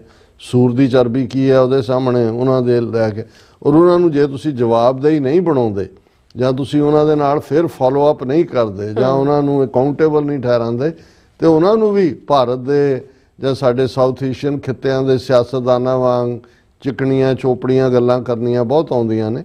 ਸੋ ਅਸੀਂ ਸਮਝਦੇ ਹਾਂ ਵੀ ਇਹ ਬੜਾ ਜ਼ਰੂਰੀ ਹੈ ਕਿ ਲਿਖਤੀ ਜਵਾਬ ਲਏ ਜਾਣ ਔਰ ਫਿਰ ਉਹਨਾਂ ਨੂੰ ਸ਼ੀਸ਼ਾ ਦਿਖਾਇਆ ਜਾਏ ਕਿ ਹੁਣ ਵਾਕ ਦਾ ਟਾਕ। ਬਿਲਕੁਲ ਜੀ ਡਾਕਟਰ ਸਾਹਿਬ, ਤੁਹਾਡਾ ਬਹੁਤ ਬਹੁਤ ਸ਼ੁਕਰੀਆ। ਸੋ ਥਲੇ ਨਾ ਬ੍ਰੇਕ, ਔਰ ਬ੍ਰੇਕ ਤੇ ਜਾਣ ਤੋਂ ਪਹਿਲਾਂ ਅਸੀਂ ਦਰਸ਼ਕਾਂ ਤੇ ਸਰੋਤਿਆਂ ਨੂੰ ਫੀਲ ਤੇ ਬੇਨਤੀ ਕਰਦੀ ਹੈ ਵਿਊਅਰਸ, ਜਿਸ ਤਰ੍ਹਾਂ ਕਿ ਤੁਸੀਂ ਜਾਣਦੇ ਹੋ ਕਿ ਟੀਵੀ 84 ਇੱਕ ਪੰਥਕ ਚੈਨਲ ਹੈ। ਟੀਵੀ 84 ਦੀ ਚੜ੍ਹਦੀ ਕਲਾ ਲਈ ਵੱਧ ਤੋਂ ਵੱਧ ਡੋਨੇਟ ਕਰੋ। ਡੋਨੇਟ ਕਰਨ ਲਈ ਸਾਡੀ ਵੈਬਸਾਈਟ tv84.tv ਤੇ ਜਾ ਕੇ ਪੇਪਲ ਦੀ ਵਰਤੋਂ ਕਰਕੇ ਵਨ ਟਾਈਮ ਡੋਨੇਟ ਕਰ ਸਕਦੇ ਹੋ, ਮੰਥਲੀ ਡੋਨੇਟ ਵੀ ਕਰ ਸਕਦੇ ਹੋ। ਤੁਸੀਂ ਟੀਵੀ 84 ਦੇ ਨਾਮ ਦੇ ਚੈੱਕ ਬਣਾ ਕੇ ਸਾਨੂੰ ਮੇਲ ਵੀ ਕਰ ਸਕਦੇ ਹੋ ਸਾਡੇ ਇਸ ਪਤੇ ਤੇ 36-01 37th Avenue, Long Island City, New York 11101 USA, ਜਾਂ ਫਿਰ ਤੁਸੀਂ ਸਾਨੂੰ ਫੋਨ ਰਾਹੀਂ ਵੀ ਸੰਪਰਕ ਕਰ ਸਕਦੇ ਹੋ 5166191984। ਤੁਸੀਂ ਸਾਨੂੰ ਈਮੇਲ ਵੀ ਕਰ ਸਕਦੇ ਹੋ info@tv84.tv ਤੇ। ਅਸੀਂ ਤੁਹਾਡੇ ਤਹਿ ਦਿਲ ਤੋਂ ਸ਼ੁਕਰਗੁਜ਼ਾਰ ਹੋਵਾਂਗੇ। ਸੋ ਥਲੇ ਨਾ ਬ੍ਰੇਕ viewers, ਤੁਸੀਂ ਇਸੇ ਤਰ੍ਹਾਂ ਬਣੇ ਰਹਿਣਾ। ਮਿਲਦੇ ਹਾਂ after this short break.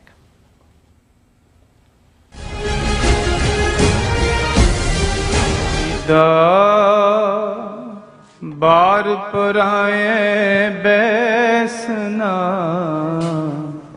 Sai मुझे ना दे। ਵਾਹਿਗੁਰੂ ਜੀ ਕਾ ਖਾਲਸਾ, ਵਾਹਿਗੁਰੂ ਜੀ ਕੀ ਫਤਿਹ।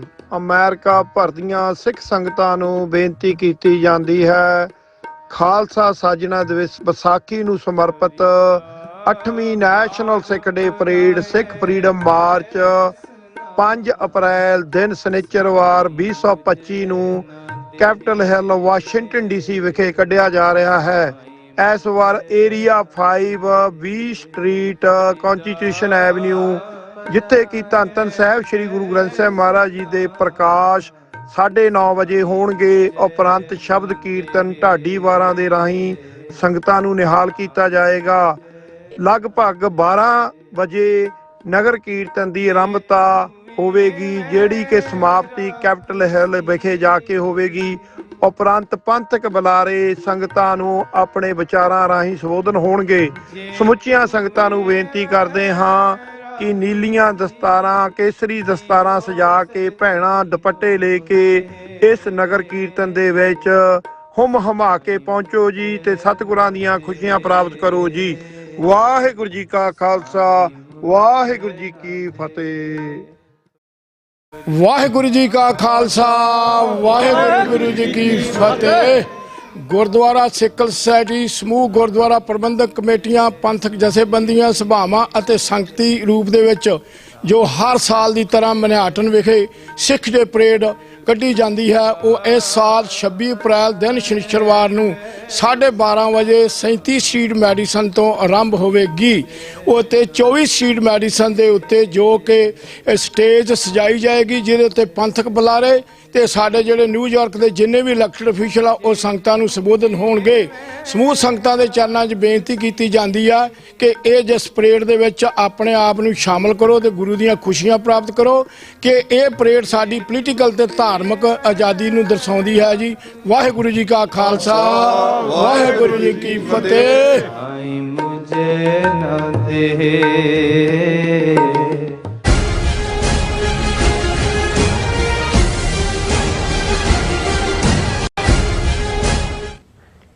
Viewers, welcome back to programme. So viewers, ਗੱਲਬਾਤ ਕਰਨ ਜਾ ਰਹੇ ਹਾਂ ਕਿ ਕਾਂਗਰਸਮੈਨ ਮੈਗਜ਼ੀਨਰ ਦੇ ਆਫਿਸ ਵੱਲੋਂ ਜਾਰੀ ਪ੍ਰੈਸ ਰਿਲੀਜ਼ ਵਿੱਚ ਦੱਸਿਆ ਗਿਆ ਹੈ ਕਿ ਅਮਰੀਕਾ ਦੀ ਧਰਤੀ ਤੇ ਟ੍ਰਾਂਸਨੈਸ਼ਨਲ ਰਿਪਰੈਸ਼ਨ ਸੰਬੰਧੀ ਬਿੱਲ ਹਾਊਸ ਦੀ ਸਬ ਕਮੇਟੀ ਚੋਂ ਪਾਸ ਹੋ ਗਿਆ ਹੈ।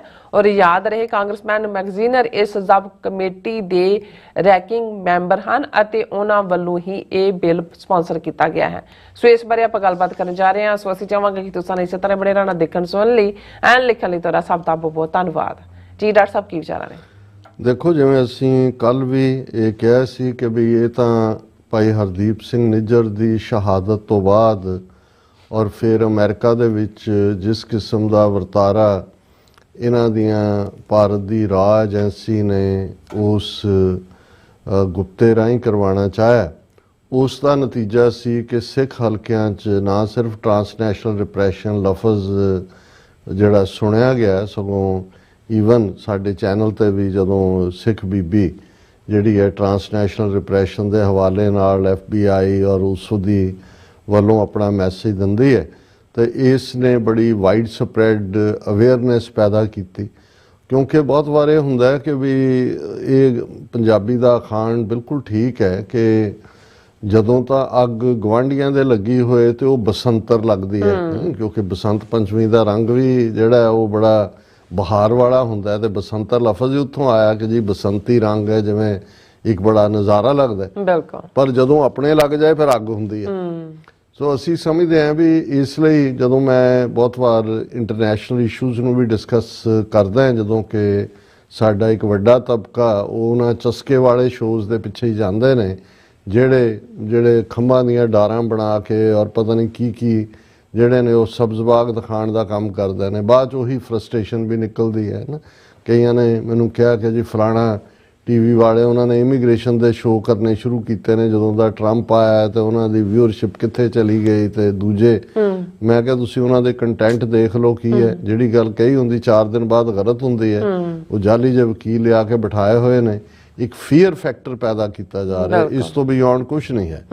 ਔਰ ਬਹੁਤ ਸਾਰੀ ਇੱਕ ਰਾਈਟ ਜਾਣਕਾਰੀ ਹੁੰਦੀ ਹੈ ਜੋ ਵਾਪਰ ਰਿਹਾ ਉਸ ਨੂੰ ਦੱਸਣਾ, ਲੇਕਿਨ ਜੇ ਤਾਂ ਚੀਪ ਲੈਵਲ ਦੇ ਉੱਤੇ ਤੁਸੀਂ, ਔਰ ਇਹੀ ਕਾਰਨ ਹੈ ਵੀ ਜਦੋਂ ਅਸੀਂ ਇਹ ਦੇਖਦੇ ਹਾਂ ਵੀ ਸਾਡੇ overall Punjabi community in general ਔਰ ਸਾਡੀ ਕੌਮ ਇਨ ਪਾਰਟਿਕੂਲਰ ਇੰਟਰਨੈਸ਼ਨਲ ਇਸ਼ੂਜ਼ ਹੈ, ਇੰਟਰਨੈਸ਼ਨਲ ਮੁੱਦਿਆਂ ਦੇ ਉੱਤੇ ਜਿਹੜੀ ਹੈ ਉਹ ਬਿਲਕੁਲ ਉਹਨਾਂ ਦੀ ਕੋਈ ਦਿਲਚਸਪੀ ਨਹੀਂ ਹੁੰਦੀ, ਔਰ ਇਹ ਭੁੱਲ ਜਾਂਦੇ ਨੇ ਕਿ ਤੁਹਾਡਾ ਸਭ ਕੁਝ ਇੱਕ ਦੂਜੇ ਨਾਲ ਜੁੜਿਆ ਹੋਇਆ। ਜਦੋਂ ਤੱਕ ਤੁਸੀਂ ਉਸ ਲੈਵਲ ਤੇ ਨਹੀਂ ਸਮਝੋਗੇ ਕਿ ਬਾਕੀ ਹਕੂਮਤਾਂ ਕਿਵੇਂ, ਔਰ ਇਹ ਜਦੋਂ ਅਸੀਂ ਇਹ ਟਰਾਂਸਨੈਸ਼ਨਲ ਰਿਪਰੈਸ਼ਨ ਕ੍ਰਾਈਮ ਵੱਲ ਮੁੜੇ ਜਾਂ ਇਹਨੂੰ ਦੇਖਿਆ ਕਿ ਵੀ ਇਹ ਕੀ ਹੈ, ਤੇ ਇਹ ਸਾਹਮਣੇ ਆਇਆ। ਔਰ ਇਹ ਫਰੀडम ਹਾਊਸ ਦੀ ਰਿਪੋਰਟ ਹੈ ਕਿ 48 ਮੁਲਕ ਦੁਨੀਆ ਦੇ ਲਗਭਗ 1/4 ਮੁਲਕ ਜਿਹੜੇ ਨੇ ਉਹ ਦੁਨੀਆ ਦੇ ਵਿੱਚ ਇਸ ਆਪਣੇ ਜਿਹੜੇ ਐਗਜ਼ਿਸਟਿੰਗ ਸਿਸਟਮ ਨੇ ਉਹਨਾਂ ਮੁਲਕਾਂ 'ਚ ਉਹਨਾਂ ਦਾ ਵਿਰੋਧ ਕਰਨ ਵਾਲੇ ਜਿਹੜੇ ਨੇ ਉਹ ਕਿਤੇ ਵੀ ਹੋਣ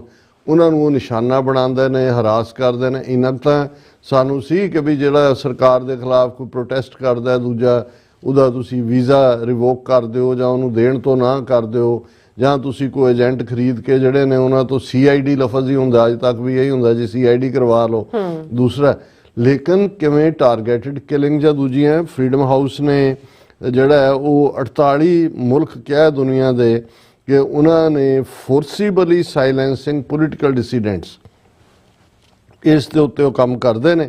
ਔਰ ਉਹਨਾਂ ਮੁਲਕਾਂ 'ਚ ਜ਼ਾਹਰ ਹੈ ਕਿ ਭਾਰਤ ਨੂੰ ਵੀ ਹੁਣ ਬੜਾ ਜਿਹੜਾ ਹੈ ਉਹ ਉੱਚਾ ਰੁਤਬਾ ਹਾਸਲ ਹੋਇਆ, ਪਰ ਇਹ ਜਿਹੜੇ ਮੁਲਕ ਫਰੀडम ਹਾਊਸ ਨੇ ਵੀ ਮਾਰਕ ਕੀਤੇ ਹੋਏ ਨੇ ਉਹਨਾਂ 'ਚ Russia, Cambodia, Belarus, Turkmenistan, Uzbekistan, Egypt, Iran, Tajikistan, Turkey, China.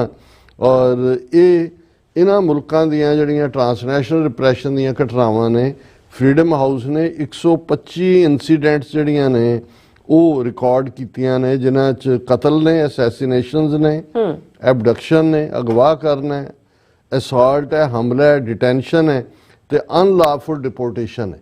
ਸੋ ਇਸ ਤੋਂ ਅਸੀਂ ਅੰਦਾਜ਼ਾ ਲਾ ਸਕਦੇ ਹਾਂ ਕਿ ਜਦੋਂ ਅਮਰੀਕਨ ਕਾਂਗਰਸ ਦੇ ਵਿੱਚ ਕੋਈ ਬਿੱਲ ਟਰਾਂਸਨੈਸ਼ਨਲ ਰਿਪਰੈਸ਼ਨ ਤੇ ਆਂਦਾ ਹੈ ਜਿਹੜਾ ਆਲਰੇਡੀ, ਔਰ ਇਹ ਪ੍ਰੈਸ ਰਿਲੀਜ਼ ਜਿਹੜੀ ਕਾਂਗਰਸਮੈਨ ਮਿਸਟਰ ਸੇਥ ਮੈਗਜ਼ੀਨਰ ਦੇ ਆਫਿਸ ਵੱਲੋਂ ਹੈ, ਔਰ ਅਸੀਂ ਭਾਈ ਰੇਸ਼ਮ ਸਿੰਘ ਬੇਕਰਸਫੀਲਡ ਉਹਨਾਂ ਦਾ ਸ਼ੁਕਰੀਆ ਅਦਾ ਕਰਦੇ ਹਾਂ ਕਿ ਉਹਨਾਂ ਨੇ ਹੀ ਇਹ ਮੈਨੂੰ ਫਾਰਵਰਡ ਕੀਤਾ ਹੈ। ਹਾਲਾਂਕਿ ਮੈਂ ਬਾਕੀ ਖਬਰਾਂ ਦੇਖਣ ਦੀ ਕੋਸ਼ਿਸ਼ ਕਰ ਰਿਹਾ ਸੀ, ਕਿਸੇ ਪਾਸੇ ਨਹੀਂ ਹੈ, ਮੇਬੀ ਇਨ ਅ ਡੇ ਔਰ ਟੂ ਇਹ ਨਿਊਜ਼ ਬਣੇ, ਕਿਉਂਕਿ ਇਹ ਤਾਂ ਸੀ ਕਿ ਮਿਸਟਰ ਮੈਗਜ਼ੀਨਰ ਜਿਹੜੇ ਕਿ ਹਾਊਸ ਦੀ ਕਮੇਟੀ ਜਿਹੜੀ ਸਬ ਕਮੇਟੀ ਇਸ ਦੇ ਉੱਤੇ ਬਣੀ, ਜਦੋਂ ਇਹ ਬਿੱਲ ਲਿਆਂਦਾ ਸਬ ਕਮੇਟੀ ਦੇ ਹਵਾਲੇ ਕੀਤਾ ਗਿਆ, ਉਹਦੇ ਰੈਂਕਿੰਗ ਮੈਂਬਰ ਨੇ, ਲੇਕਿਨ ਉਹਦੇ 'ਚੋਂ ਡਿਸਕਸ਼ਨ ਹੋ ਕੇ ਉਸ ਦਾ ਨਿਕਲਣਾ, ਉਸ ਦਾ ਸਾਹਮਣੇ ਆਉਣਾ, ਔਰ ਇਹ ਉਹਨਾਂ ਦੇ ਆਫਿਸ ਦੀ ਪ੍ਰੈਸ ਰਿਲੀਜ਼ ਹੈ, Magaziner's bill to combat transnational repression on US soil passes through subcommittee, ਕਿ ਇਹ ਜਿਹੜਾ ਮੈਗਜ਼ੀਨਰ ਦਾ ਬਿੱਲ ਸੀ ਕਿ ਕਿਵੇਂ TNR,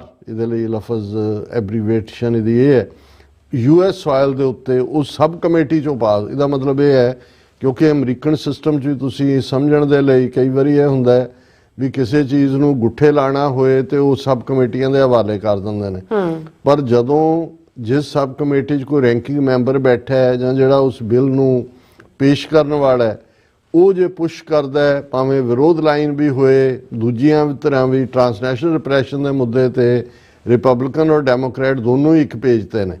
ਜਿਵੇਂ ਸਿੱਖਾਂ ਦੇ ਮੁੱਦੇ ਦੇ ਉੱਤੇ ਅਸੀਂ ਗੱਲ ਕਰਦੇ ਹਾਂ, ਦੇਖਦੇ ਹਾਂ ਕਿ ਬਾਈ ਪਾਰਟੀਸਨ ਹਮਾਇਤ ਹੁੰਦੀ ਹੈ। ਸੋ ਇਹ ਉਹਨਾਂ ਦੀ ਪ੍ਰੈਸ ਰਿਲੀਜ਼ ਹੈ। ਉਹਨਾਂ ਨੇ ਕਿਹਾ ਕਿ today the Homeland Security Committee Subcommittee on Counter Terrorism and Intelligence, ਇਹ ਹੋਮਲੈਂਡ ਸਿਕਿਉਰਿਟੀ ਦੀ ਕਮੇਟੀ ਦੀ ਸਬ ਕਮੇਟੀ ਹੈ ਜਿਹੜੀ ਕਾਊਂਟਰ ਟੈਰਰਿਜ਼ਮ ਤੇ ਇੰਟੈਲੀਜੈਂਸ ਦੇ ਉੱਤੇ approved US representative Seth Magziner's Strengthening State and Local Efforts to Combat Transnational Repression Act bipartisan legislation to crack down on coercive tactics used by repressive foreign governments to silence political dissidents, activists and journalists within the United States। ਕਿ ਇਹ America ਦੀ soil ਦੇ ਉੱਤੇ ਜਿਹੜੀਆਂ ਬਾਹਰਲੀਆਂ ਹਕੂਮਤਾਂ ਜਿਹੜੇ ਸਿਆਸੀ ਤੌਰ ਤੇ ਸਹਿਮਤ ਨਹੀਂ ਨੇ, ਐਕਟਿਵਿਸਟ ਨੇ ਕਿਸੇ ਕੌਜ਼ ਦੇ ਜਾਂ ਪੱਤਰਕਾਰ ਨੇ, ਉਹਨਾਂ ਨੂੰ ਹਮਲਿਆਂ ਦਾ ਨਿਸ਼ਾਨਾ ਬਣਾਉਣਾ ਜਾਂ ਹਰਾਸਮੈਂਟ ਜਾਂ ਜਿਹੜੀ ਵੀ ਫਾਰਮ ਆਫ ਜਿਹੜਾ ਉਹ ਹਰਾਸਮੈਂਟ ਮੰਨਿਆ ਜਾਂਦਾ ਹੈ। ਔਰ ਇਹ ਉਹਦੇ 'ਚ ਕਿਹਾ ਗਿਆ ਕਿ ਉਹ ਰੈਂਕਿੰਗ ਮੈਂਬਰ ਨੇ ਇਸ ਸਬ ਕਮੇਟੀ ਦੇ, ਉਹਨਾਂ ਨੇ ਇਹ ਸਪਾਂਸਰ ਕੀਤਾ ਸੀ bill to train state and local law enforcement to identify and counter transnational repression by authoritarian regimes. ਕਿ ਜਿਹੜੇ ਮੋਦੀ ਵਰਗੇ ਤਾਨਾਸ਼ਾਹ ਹਕੂਮਤਾਂ ਭਾਵੇਂ ਡੈਮੋਕ੍ਰੇਸੀ ਦੇ ਥੱਲੇ ਮੈਸਕੂਰੇਡ ਕਰਦੀਆਂ ਨੇ, ਉਹਨਾਂ ਦੇ ਨੇ ਜਦੋਂ ਉਹਨਾਂ ਨੇ ਨਿਸ਼ਾਨਾ ਬਣਾਉਣਾ ਕਿਸੇ ਨੂੰ, ਸੋ ਅਮਰੀਕਨ ਸਟੇਟ ਔਰ ਲੋਕਲ ਜਿਹੜੇ ਲਾਅ ਐਨਫੋਰਸਮੈਂਟ ਵਾਲੇ ਨੇ, ਉਹਨਾਂ ਨੂੰ ਪਤਾ ਹੋਣਾ ਚਾਹੀਦਾ ਹੈ ਕਿ ਵੀ ਇਹ ਕਿਵੇਂ ਪ੍ਰਭਾਵਿਤ ਕਰਦੇ ਨੇ ਸਾਰਿਆਂ ਨੂੰ। ਫਿਰ ਇਸ ਦੇ ਵਿੱਚ ਉਹਨਾਂ ਨੇ ਕਿਹਾ ਕਿ foreign governments are increasingly breaking US laws to threaten, harass, spy on and even harm people in our country, with political dissidents and journalists facing attacks by repressive regimes right here on American soil। ਇਹ mister ਮੈਗਜ਼ੀਨਰ ਨੇ ਕਿਹਾ ਕਿ ਜਿਹੜੀਆਂ ਵਿਦੇਸ਼ੀ ਹਕੂਮਤਾਂ ਨੇ ਉਹ American law ਨੂੰ ਤੋੜ ਰਹੀਆਂ ਨੇ, ਅਮਰੀਕਾ ਦੀ ਧਰਤੀ ਤੇ ਥ੍ਰੈਟ ਕਰਦੀਆਂ, ਹਰਾਸ ਕਰਦੀਆਂ, ਜਸੂਸੀ ਕਰਦੀਆਂ ਔਰ ਸਾਡੇ ਮੁਲਕ ਦੇ ਸ਼ਹਿਰੀਆਂ ਨੂੰ ਵੀ ਹਾਰਮ ਕਰਦੀਆਂ ਨੇ। ਔਰ ਇਸ ਦੇ ਲਈ ਇਹ ਜ਼ਰੂਰੀ ਹੈ ਕਿ ਵੀ free speech is a core American value and no one should fear intimidation or violence for speaking out। My bill will ensure local law enforcement gets the proper training to identify and investigate these threats in American hometowns। ਉਹਨਾਂ ਨੇ ਕਿਹਾ ਵੀ ਆਜ਼ਾਦੀ ਨਾਲ ਆਪਣੀ ਗੱਲ ਕਹਿ ਸਕਣਾ ਉਹ ਅਮਰੀਕਾ ਦੀ ਕੋਰ ਵੈਲਿਊ ਹੈ। ਕਿਸੇ ਨੂੰ ਇਹ ਡਰ ਨਹੀਂ ਹੋਣਾ ਚਾਹੀਦਾ ਕਿ ਵੀ ਉਹ ਜੇ ਸੱਚ ਬੋਲੇਗਾ ਤੇ ਉਸ ਨੂੰ ਜਿਹੜਾ ਇੰਟੀਮੀਡੇਟ ਕੀਤਾ ਜਾਏਗਾ।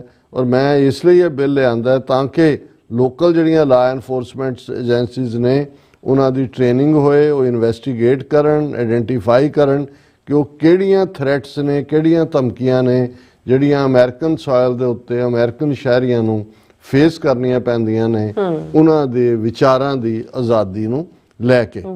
ਔਰ ਇਹ ਆਲਰੇਡੀ ਜਿਹੜਾ ਉਹਨਾਂ ਨੇ ਇਹ ਕਿਹਾ ਕਿ ਵੀ ਸੈਕਟਰੀ ਆਫ ਹੋਮਲੈਂਡ ਸਿਕਿਉਰਿਟੀ ਜਿਹੜੀ ਬਿੱਲ ਦੀ ਰਿਕੁਆਇਰਮੈਂਟ ਹੈ ਕਿ requires the secretary of homeland security to establish ਇਹ transnational repression threat training program. ਇੱਕ ਪੂਰਾ ਟ੍ਰੇਨਿੰਗ ਪ੍ਰੋਗਰਾਮ ਹੋਏਗਾ for state, local, tribal, campus and territorial law enforcement, including fusion center personnel। ਇਹ ਸਾਰੇ ਡਿਪਾਰਟਮੈਂਟਾਂ 'ਚ ਹੋਏਗਾ। The specialized training will help these law enforcement officers who are the first line of defense in our communities counter the threat of transnational repression and protect those seeking refuge from authoritarian regimes। ਕਿ ਜਿਹੜੇ ਤਾਨਾਸ਼ਾਹ ਹਕੂਮਤਾਂ ਮੋਦੀ ਵਰਗੀਆਂ ਜਿਹੜੇ ਭੱਜ ਕੇ ਉਹਨਾਂ ਤੋਂ ਇੱਥੇ ਆ ਕੇ ਜਿਨ੍ਹਾਂ ਨੇ ਸ਼ਰਨ ਲਈ ਹੈ, ਆਪਣੀ ਗੱਲ ਕਰਦੇ ਨੇ ਆਜ਼ਾਦੀ, ਉਹਨਾਂ ਨੂੰ ਪ੍ਰੋਟੈਕਸ਼ਨ ਦੇਣੀ, ਇਹ ਇਹਨਾਂ ਦੀ ਜ਼ਿੰਮੇਵਾਰੀ ਹੋਏਗੀ। ਔਰ ਇਹ ਆਲਰੇਡੀ ਜਿਹੜਾ house homeland security committee sub committee 'ਚੋਂ ਜਿਹੜਾ ਇਹ ਐਡਵਾਂਸ ਹੋ ਗਿਆ ਬਿੱਲ। ਹੁਣ ਇਹ ਜਿਹੜਾ ਇਹ ਪਾਰਟ ਹੈ ਬਾਈਪਾਰਟੀਸਨ ਪੈਕੇਜ ਦਾ ਟਰਾਂਸਨੈਸ਼ਨਲ ਰਿਪਰੈਸ਼ਨ ਦੇ ਉੱਤੇ। ਔਰ ਇਹ ਪੈਕੇਜ ਜਿਹੜਾ that includes countering the transnational repression act of 2025 ਜਿਹੜਾ ਇਹ ਆਲਰੇਡੀ ਜਿਹੜਾ ਐਕਟ ਬਣਿਆ ਹੋਇਆ ਇਹਦੇ ਤੇ ਟ੍ਰਾਂਸਨੈਸ਼ਨਲ ਰਿਪਰੈਸ਼ਨ ਤੇ 2025 ਦਾ, ਉਹਦੇ ਨਾਲ ਜਿਹੜਾ ਇਹ 29 ਹੋਏਗਾ package, sponsored by representative August Pfluger, Republican Texas, chairman of the subcommittee on counterterrorism and intelligence.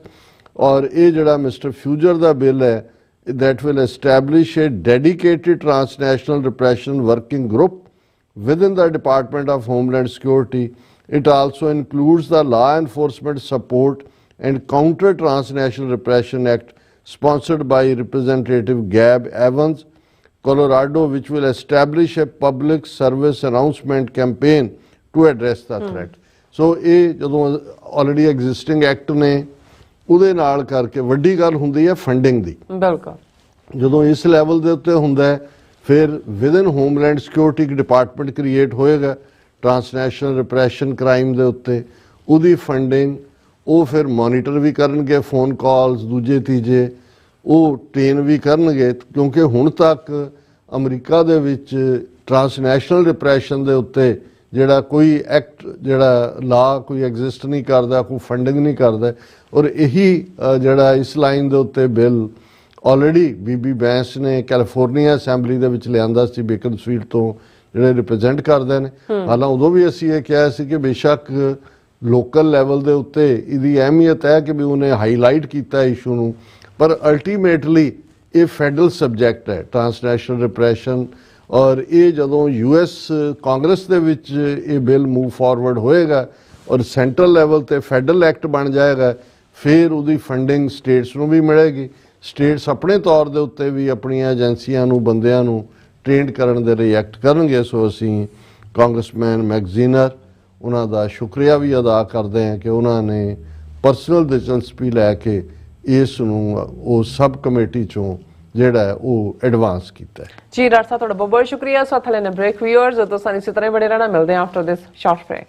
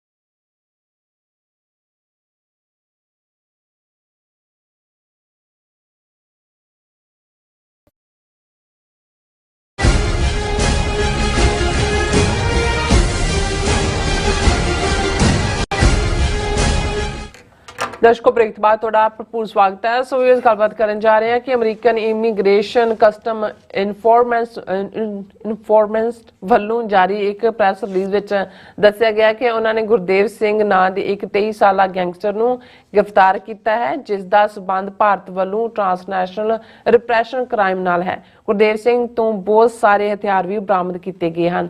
ਸੋ ਇਸ ਬਾਰੇ ਆਪਾਂ ਗੱਲਬਾਤ ਕਰਨ ਜਾ ਰਹੇ ਹਾਂ। ਸੋ ਅਸੀਂ ਚਾਹਾਂਗੇ ਕਿ ਤੁਸੀਂ ਇਸੇ ਤਰ੍ਹਾਂ ਬੜੇ ਰਹਿਣਾ ਦੇਖਣ ਸੁਣਨ ਲਈ ਤੁਹਾਡਾ ਸਭ ਦਾ ਬਹੁਤ ਬਹੁਤ ਧੰਨਵਾਦ। ਜੀ ਡਾਕਟਰ ਸਾਹਿਬ ਕੀ ਵਿਚਾਰਾਂ ਨੇ?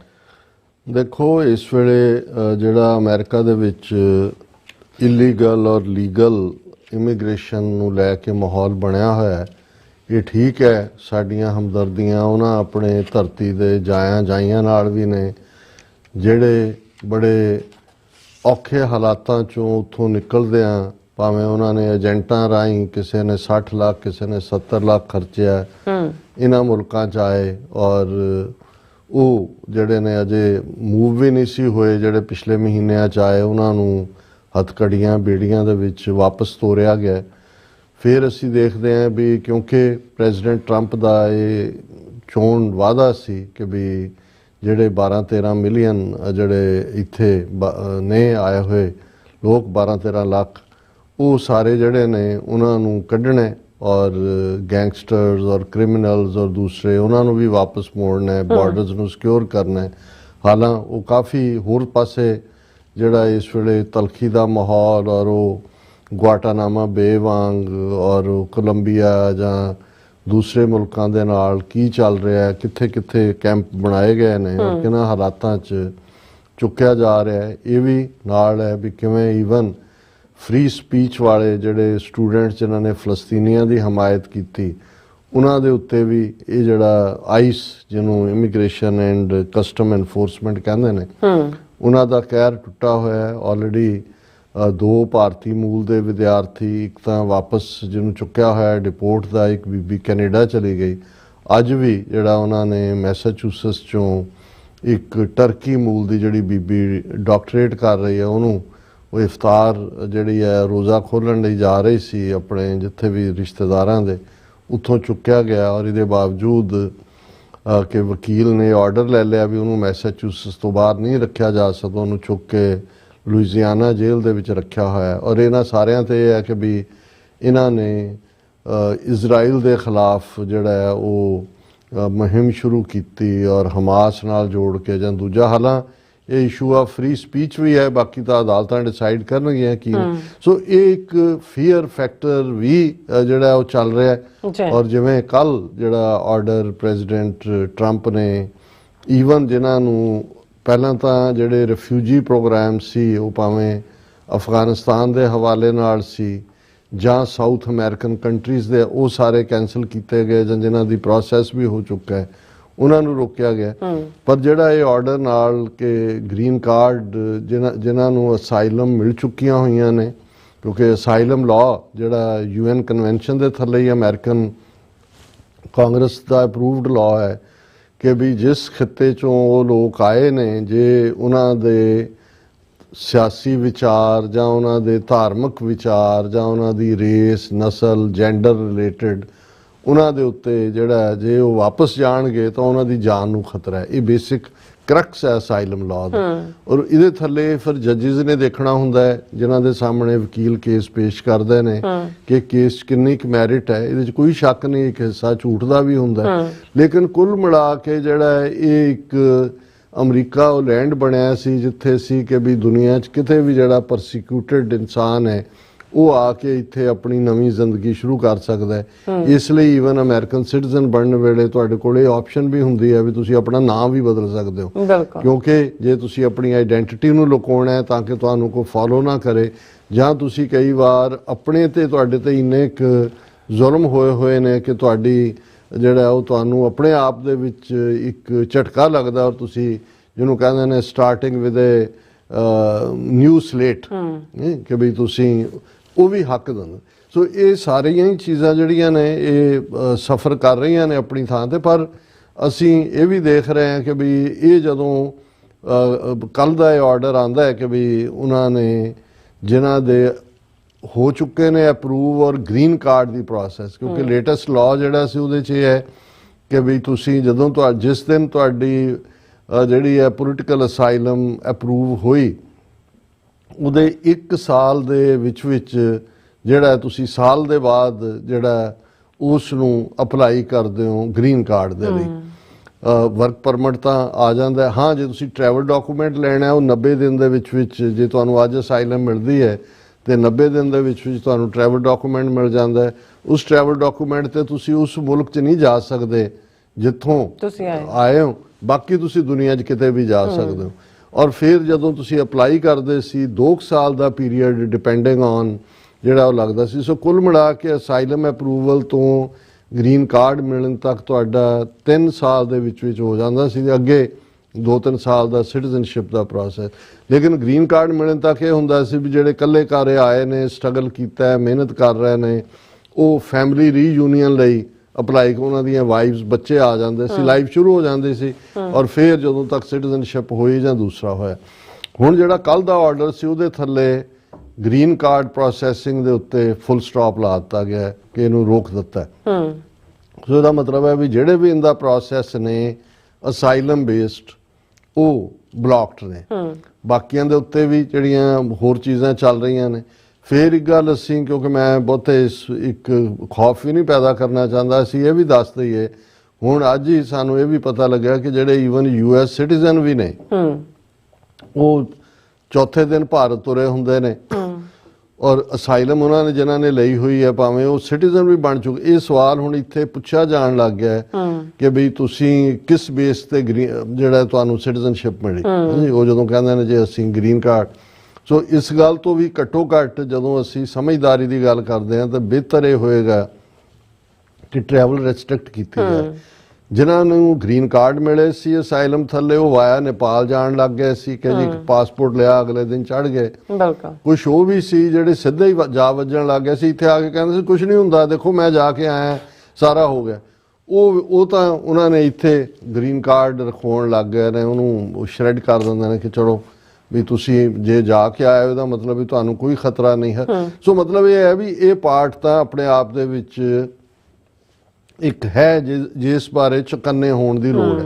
ਪਰ ਇਹਦੀ ਜਿਹੜੀ ਪੋਜ਼ਿਟਿਵ ਸਾਈਡ ਮੈਂ ਸਮਝਦਾ ਹਾਂ ਵੀ ਜਿਹੜੀ ਵੀ ਸਾਨੂੰ ਡਿਸਕਸ ਕਰਨੀ ਚਾਹੀਦੀ, ਔਰ ਇਹ ਜਦੋਂ ਹੀ ਇਹ ਕ੍ਰੈਕਡਾਊਨ ਸ਼ੁਰੂ ਹੋਇਆ, ਕਿਉਂਕਿ ਉਸ ਤੋਂ ਪਹਿਲਾਂ ਅਸੀਂ ਦੇਖਦੇ ਹਾਂ ਕਿ ਜਸਟਿਨ ਟਰੂਡੋ ਨੇ ਪਾਰਲੀਮੈਂਟ 'ਚ ਵੀ ਔਰ ਜਿਹੜੀ ਹੋਪ ਕਮਿਸ਼ਨ ਦੇ ਸਾਹਮਣੇ ਟੈਸਟੀਫਿਕੇਸ਼ਨਸ ਹੋਈਆਂ, ਔਰ ਅਮਰੀਕਾ ਦੇ ਹਵਾਲੇ ਨਾਲ ਵੀ ਅਸੀਂ ਇਹ ਦੇਖਿਆ ਕਿ ਅਮਿਤ ਸ਼ਾਹ ਦੀ ਕਮਾਂਡ ਥੱਲੇ ਬਹੁਤ ਸਾਰੇ ਜਿਹੜੇ ਕ੍ਰਿਮੀਨਲ ਗੈਂਗਸ ਨੇ ਉਹ ਉਹਨਾਂ ਨੇ ਅਮਰੀਕਾ ਕੈਨੇਡਾ 'ਚ ਐਂਟਰ, ਉਹਨਾਂ ਨੇ ਦੇਖਿਆ ਵੀ ਖਾਲਿਸਤਾਨ ਦੀ ਸਟਰਗਲ ਨੂੰ ਪੋਲੀਟੀਕਲੀ ਤਾਂ ਅਸੀਂ ਹੈਂਡਲ ਨਹੀਂ ਕਰ ਸਕਦੇ, ਤੇ ਉਹਨਾਂ ਨੇ ਕਿਹਾ ਵੀ ਉਹਨਾਂ ਨੂੰ ਭੇਜੋ।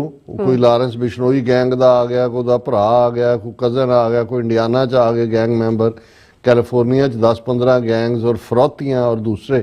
ਔਰ ਕੈਨੇਡਾ ਨੇ ਕਨਫਰਮ ਕੀਤਾ ਵੀ ਇਹ ਵੀ ਇੰਡੀਅਨ ਹਾਈ ਕਮਿਸ਼ਨ ਦਾ ਕੰਮ ਹੈ ਕਿ ਉਹਨਾਂ ਨੂੰ ਲਿਸਟ ਦੇ ਰਹੇ ਨੇ ਵੀ ਇਹਨਾਂ ਤੋਂ ਫਰੋਤੀਆਂ ਲਓ। ਔਰ ਦੂਸਰਾ ਹੁਣ ਉਹ ਗੈਂਗਸਟਰ ਜਿਹੜੇ ਕੈਨੇਡਾ ਜਾਂ ਅਮਰੀਕਾ 'ਚ ਵੜੇ, ਉਹ ਸਾਥੋਂ ਜਾਂ ਕਿਸੇ ਹੋਰ ਤੋਂ ਕੰਟਰੋਲ ਨੇ। ਉਹ ਇਸ ਕਿਸਮ, ਭਾਵੇਂ ਇਹ ਜਿਵੇਂ ਜਦੋਂ ਚੱਕੀ ਚੱਲਦੀ ਹੈ ਤੇ ਉਹ ਘੁਣ ਵੀ ਵਿੱਚ ਪਿਸਦਾ ਹੈ, ਸਾਡੀ ਹਮਦਰਦੀ ਹੈ ਜਿਹੜੇ ਵਿਚਾਰੇ ਉਹਨਾਂ ਹਾਲਾਤਾਂ 'ਚ ਡਿਪੋਰਟ ਹੋਏ ਨੇ ਜਾਂ ਜਿਨ੍ਹਾਂ ਦੇ ਕੇਸਾਂ ਨੂੰ ਹਾਰਮ ਹੋ ਰਿਹਾ। ਲੇਕਿਨ ਦੂਸਰਾ ਪੱਖ ਅਸੀਂ ਇਹ ਦੇਖ ਰਹੇ ਹਾਂ ਵੀ ਜਿਸ ਲੈਵਲ ਤੇ ਅਮਰੀਕਾ ਕੈਨੇਡਾ 'ਚ ਇੱਥੋਂ ਦੇ ਸਿੱਖਾਂ ਦਾ ਜੀਣਾ ਇਹਨਾਂ ਨੇ ਹਰਾਮ ਕੀਤਾ ਸੀ। ਆਲਰੇਡੀ ਵਾਇਲੈਂਸ ਹੋਈ, ਮਰਡਰ ਹੋਏ, ਆਪਣੇ ਕੈਲੀਫੋਰਨੀਆ ਦੇ ਵਿੱਚ ਗੈਂਗਸਟਰ ਨੇ ਸੈਕਰਾਮੈਂਟੋ ਨਗਰ ਕੀਰਤਨ ਵੇਲੇ ਪਿਛਲੇ ਸਾਲ, ਸਟਾਕਟਨ ਨਗਰ ਕੀਰਤਨ ਤੋਂ ਪਹਿਲਾਂ 28 ਗੈਂਗਸਟਰ ਫੜੇ ਗਏ। ਔਰ ਅੱਜ ਜਿਹੜੀ ਇੱਕ ਵੱਡੀ ਪ੍ਰਾਪਤੀ US ਇਮੀਗ੍ਰੇਸ਼ਨ ਔਰ ਕਸਟਮ ਐਨਫੋਰਸਮੈਂਟ ਦੀ ਹੈ, ਔਰ ਉਹਨਾਂ ਨੇ ਆਪਣੀ ਪ੍ਰੈਸ ਰਿਲੀਜ਼ ਜਾਰੀ ਕੀਤੀ। ਇਸ ਤੋਂ ਅਸੀਂ ਅੰਦਾਜ਼ਾ ਲਾ ਸਕਦੇ ਹਾਂ ਕਿ ਕਿਸ ਗੰਭੀਰ ਨੌਈਅਤ ਦਾ ਇਹ ਬੰਦਾ ਉਹਨਾਂ ਦੇ ਕਾਬੂ ਆਇਆ। ਨਾ ਤੋਂ ਉਹਦਾ ਦਰਸ਼ਕ ਉਹਦੀ ਪਿਕਚਰ ਵੀ ਦੇਖ ਸਕਦੇ ਨੇ। ਗੁਰਦੇਵ ਸਿੰਘ ਨਾਂ ਦਾ 23 ਸਾਲਾਂ ਦਾ ਮੁੰਡਾ, ਔਰ ਇਹ ਹੈ ਕਿ ICE San Francisco and partners take transnational criminal off the streets in California, ਕਿ ਵੀ ਜਿਹੜਾ ਗਲੀਆਂ ਦੇ ਵਿੱਚ ਫਿਰ ਰਿਹਾ ਸੀ ਇਹ ਟ੍ਰਾਂਸਨੈਸ਼ਨਲ ਰਿਪਰੈਸ਼ਨ ਗੈਂਗ ਦਾ ਪਾਰਟ, ਉਹਨੂੰ ਉਹਨਾਂ ਨੇ ਕਿਹਾ ਵੀ ਅਸੀਂ ਚੱਕ ਲਿਆ। ਔਰ ਉਹਨਾਂ ਨੇ ਕਿਹਾ ਵੀ ਅਸੀਂ ਵੈਲਕਮ ਕਰਦੇ ਹਾਂ ਫੈਡਰਲ ਔਰ ਲੋਕਲ ਲਾ ਐਨਫੋਰਸਮੈਂਟ ਦੇ ਵਿਚਾਲੇ, ਕਿਉਂਕਿ ਫੈਡਰਲ ਗਵਰਨਮੈਂਟ ਨੇ ਟਿਪ ਦਿੱਤੀ ਔਰ ਲੋਕਲ ਨੇ ਟਿਪ ਦਿੱਤੀ, ਫੈਡਰਲ ਆਈਸ ਨੇ ਸਟ੍ਰਾਈਕ ਕੀਤਾ। ਔਰ ਉਹਨਾਂ ਨੇ ਕਿਹਾ ਕਿ ਵੀ ਇਹ ਸਾਡਾ ਜਿਹੜਾ ਪ੍ਰੋਫੈਸ਼ਨਲਿਜ਼ਮ ਹੈ ਪਬਲਿਕ ਸੇਫਟੀ ਦੇ ਲਈ ਬੜਾ ਜ਼ਰੂਰੀ ਹੈ। ਔਰ ਫਿਰ ਇਹ ਜਿਹੜਾ ਗੁਰਦੇਵ ਸਿੰਘ ਨਾਂ ਦਾ ਬੰਦਾ ਹੈ ਜਿਹੜਾ ਉਹਨਾਂ ਦੀ ਇੰਡੀਅਨ ਟ੍ਰਾਂਸਨੈਸ਼ਨਲ ਰਿਪਰੈਸ਼ਨ ਗੈਂਗ ਦਾ ਮੈਂਬਰ ਹੈ, ਉਹਨਾਂ ਨੇ ਕਿਹਾ ਵੀ ਇਹ ਯੂਨਾਈਟਿਡ ਸਟੇਟਸ ਐਂਟਰ ਕੀਤਾ ਅਨਨੋਨ ਲੋਕੇਸ਼ਨ ਤੋਂ, ਵਿਦਆਊਟ ਐਡਮਿਸ਼ਨ ਔਰ ਪੈਰੋਲ ਬਾਈ US ਇਮੀਗ੍ਰੇਸ਼ਨ ਅਥਾਰਟੀਜ਼। ਇਹਨੂੰ ਜਿਹੜਾ ਐਨਕਾਊਂਟਰ US ਬਾਰਡਰ ਪੈਟਰੋਲ ਨੇ ਲੋਕਵਿਲ ਅਰੀਜ਼ੋਨਾ 'ਚ ਕੀਤਾ 2 ਸਤੰਬਰ 2023 'ਚ ਆਇਆ ਹੈ, ਅਜੇ ਆਲਮੋਸਟ 2 ਸਾਲ ਤੋਂ ਵੀ ਘੱਟ ਹੋਇਆ। ਫਿਰ ਇਹਨੂੰ ਰਿਲੀਜ਼ ਕਰ ਦਿੱਤਾ ਗਿਆ ਜਿਵੇਂ ਹੁੰਦਾ ਕਿ ਜੀ ਸੈਲਫ ਬੌਂਡ ਦੇ ਉੱਤੇ। ਫਿਰ ਉਹਨੇ ਕਿਹਾ ਵੀ ਇਹ ਉਹ ਪਰਸਨ ਬਾਅਦ 'ਚ ਆਇਡੈਂਟੀਫਾਈ ਹੋਇਆ ਵੀ ਇਹ ਤਾਂ ਟ੍ਰਾਂਸਨੈਸ਼ਨਲ ਕ੍ਰਿਮੀਨਲ ਆਰਗੇਨਾਈਜੇਸ਼ਨ ਦੇ ਨਾਲ ਜੁੜਿਆ ਹੋਇਆ। ਔਰ ਜਦੋਂ ਫਰਦਰ ਇਨਵੈਸਟੀਗੇਟ ਹੋਈ ਕਿ ਇਹ ਸਾਹਮਣੇ ਆਇਆ ਵੀ ਇਹਦੇ ਕੋਲ ਇਲੀਗਲ ਹਥਿਆਰ ਨੇ ਔਰ ਇਹ ਬਹੁਤ ਐਕਟਿਵਲੀ ਐਂਗੇਜ ਹੈ ਕ੍ਰਿਮੀਨਲ ਐਕਟੀਵਿਟੀ 'ਚ US 'ਚ ਵੀ ਔਰ ਅਬਰੋਡ ਵੀ। ਇਹਦਾ ਮਤਲਬ ਉਹੀ ਗੈਂਗਸਟਰ ਕਲਚਰ ਜਿਹੜਾ ਟਰਾਂਸਨੈਸ਼ਨਲ ਕ੍ਰਾਈਮਸ ਹੈ। ਕੈਲੀਫੋਰਨੀਆ ਹਾਈਵੇ ਪੈਟਰੋਲ ਨੇ 6 ਮਾਰਚ ਨੂੰ ਇਹਨੂੰ ਗੁਰਦੇਵ ਸਿੰਘ ਨੂੰ ਅਰੈਸਟ ਕੀਤਾ। ਇਹਦੇ ਕੋਲ ਲੋਡਡ ਫਾਇਰ ਆਰਮ ਸੀ, loaded, not being the registered owner of loaded firearm. ਫਿਰ ਜਿਹੜੀ ਉਹਦੇ ਕੋਲ ਵਹੀਕਲ ਸੀ ਉਹ ਵੀ ਚੋਰੀ ਕੀਤੀ ਹੋਈ ਸੀ ਜਿਹੜੇ, ਔਰ ਉਹਦੀ ਚਾਈਲਡ ਐਂਡੇਂਜਰਮੈਂਟ ਵਾਲਾ ਪਾਰਟ ਸੀ। ਜਦੋਂ ਇਹਦੇ ਘਰ 'ਚ ਛਾਪਾ ਮਾਰਿਆ ਗਿਆ ਤੇ 7 ਗਨਸ ਜਿਹੜੀਆਂ ਨੇ, 7 ਗਨਸ, ਔਰ ਦਰਸ਼ਕ ਜੇ ਸਾਡੇ ਟੀਮ ਦਿਖਾ ਸਕੇ ਕਿ ਵੀ ਜਿਹੜਾ ਵੈਪਨ ਵੀ ਰਿਕਵਰ ਹੋਏ ਨੇ। 7 ਗਨਸ, 2 ਗੱਡੀ ਦੇ ਵਿੱਚ ਸੀ, ਕਾਰ 'ਚ ਸੀ, ਲੋਕੇਟਡ ਔਨ ਦਾ ਪ੍ਰਾਪਰਟੀ, ਔਰ ਬਾਕੀ ਜਿਹੜਾ ਇਹ ਸਾਹਮਣੇ ਆਇਆ। ਔਰ ਫਿਰ ਉਹਨਾਂ ਨੇ ਦੇਖਿਆ ਕਿ ਵੀ ਇਹ ਤਾਂ ਸੈਨ ਵਾਕਨ ਸ਼ੈਰਿਫ ਆਫਿਸ ਦੀ ਕਸਟਡੀ ਦੇ ਵਿੱਚ ਸੀ। ਡਿਟੇਨਰ ਰਿਕੁਐਸਟ ਮਾਰਚ 12 ਨੂੰ ਫਾਈਲ ਹੋਈ ਔਰ ਉਹ ਜਿਹੜਾ ਸ਼ੈਰਿਫ ਆਫਿਸ ਉਸ ਰਿਕੁਐਸਟ ਨੂੰ ਆਨਰ ਨਹੀਂ ਕਰ ਸਕਿਆ ਔਰ ਆਈਸ ਵਾਲਿਆਂ ਨੇ ਹੁਣ ਆਪਣੀ ਕਸਟਡੀ 'ਚ ਲੈ ਲਿਆ ਔਰ ਉਹਨਾਂ ਨੇ ਕਿਹਾ ਕਿ ਵੀ ਅਸੀਂ ਜਿਹੜਾ ਆਈਸ ਕਸਟਡੀ 'ਚ ਰਹਾਂਗੇ ਜਦੋਂ ਤੱਕ ਉਹਦੀਆਂ ਰਿਮੂਵਲ ਪ੍ਰੋਸੀਡਿੰਗਸ ਫਰਦਰ ਨਹੀਂ ਚੱਲਦੀਆਂ। ਔਰ ਇਹ ਬਹੁਤ ਵੱਡੀ ਉਹਨਾਂ ਦੀ ਪ੍ਰਾਪਤੀ ਹੈ ਟਰਾਂਸਨੈਸ਼ਨਲ ਇਸ ਗੈਂਗ ਦੀ। ਔਰ ਫਿਰ ਉਹਨਾਂ ਨੇ ਆਈਸ ਵਾਲਿਆਂ ਨੇ ਆਪਣਾ ਫੋਨ ਨੰਬਰ ਵੀ ਦਿੱਤਾ ਹੈ ਔਰ ਉਹਨਾਂ ਨੇ ਕਿਹਾ ਕਿ ਵੀ ਇਹ members of the public who have information about foreign fugitives, transnational gang members or other criminal aliens who are in the US illegally are urged to contact ਔਰ ਉਹਨਾਂ ਦਾ ਇਹ ਨੰਬਰ 8663472423 ਔਰ ਸਾਡੇ ਵੀ ਜਿਹੜੀ ਐਡ ਚੱਲਦੀ ਹੈ ਉਹ FBI ਦੀ ਉਹਦੇ ਰਾਹੀਂ।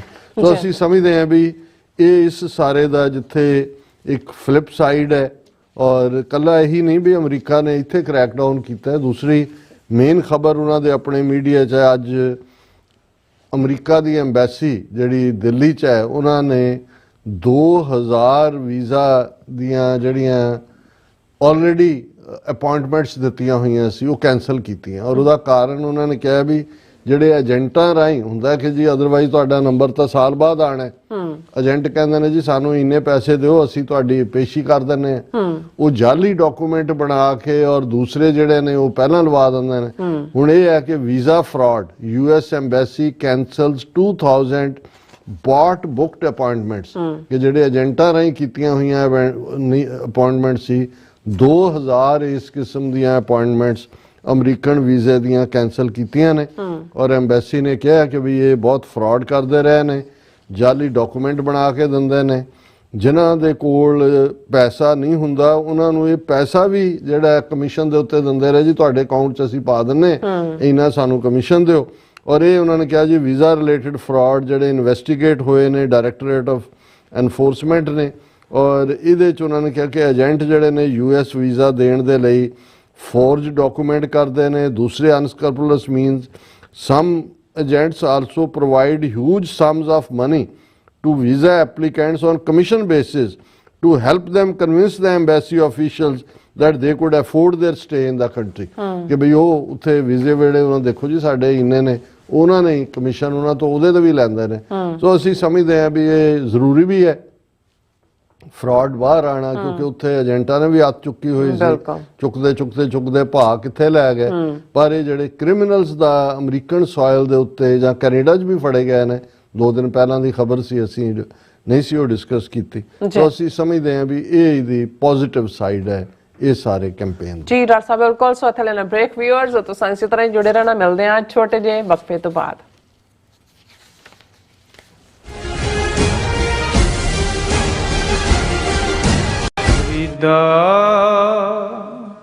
बार पुराए बैसना साई मुझे ना दे।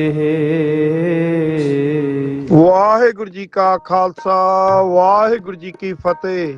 ਅਮਰੀਕਾ ਭਰ ਦੀਆਂ ਸਿੱਖ ਸੰਗਤਾਂ ਨੂੰ ਬੇਨਤੀ ਕੀਤੀ ਜਾਂਦੀ ਹੈ ਖਾਲਸਾ ਸਾਜਣਾ ਦਿਵਸ ਵਿਸਾਖੀ ਨੂੰ ਸਮਰਪਿਤ 8ਵੀਂ ਨੈਸ਼ਨਲ ਸਿੱਖ ਡੇ ਪਰੇਡ ਸਿੱਖ ਫਰੀडम ਮਾਰਚ 5 ਅਪ੍ਰੈਲ ਦਿਨ ਸ਼ਨੀਚਰਵਾਰ 2025 ਨੂੰ ਕੈਪੀਟਲ ਹਿੱਲ ਵਾਸ਼ਿੰਗਟਨ DC ਵਿਖੇ ਕੱਢਿਆ ਜਾ ਰਿਹਾ ਹੈ। ਇਸ ਵਾਰ ਏਰੀਆ 5 20 ਸਟਰੀਟ, ਕੌਂਸਟੀਟਿਊਸ਼ਨ ਐਵਨਿਊ, ਜਿੱਥੇ ਕਿ ਧੰਨ ਧੰਨ ਸਾਹਿਬ ਸ੍ਰੀ ਗੁਰੂ ਗ੍ਰੰਥ ਸਾਹਿਬ ਮਹਾਰਾਜ ਜੀ ਦੇ ਪ੍ਰਕਾਸ਼ 9:30 ਵਜੇ ਹੋਣਗੇ। ਉਪਰੰਤ ਸ਼ਬਦ ਕੀਰਤਨ ਢਾਡੀ ਵਾਰਾਂ ਦੇ ਰਾਹੀਂ ਸੰਗਤਾਂ ਨੂੰ ਨਿਹਾਲ ਕੀਤਾ ਜਾਏਗਾ। ਲਗਭਗ 12 ਵਜੇ ਨਗਰ ਕੀਰਤਨ ਦੀ ਆਰੰਭਤਾ ਹੋਵੇਗੀ, ਜਿਹੜੀ ਕਿ ਸਮਾਪਤੀ ਕੈਪੀਟਲ ਹਿੱਲ ਵਿਖੇ ਜਾ ਕੇ ਹੋਵੇਗੀ। ਉਪਰੰਤ ਪੰਥਕ ਬੁਲਾਰੇ ਸੰਗਤਾਂ ਨੂੰ ਆਪਣੇ ਵਿਚਾਰਾਂ ਰਾਹੀਂ ਸੰਬੋਧਨ ਹੋਣਗੇ।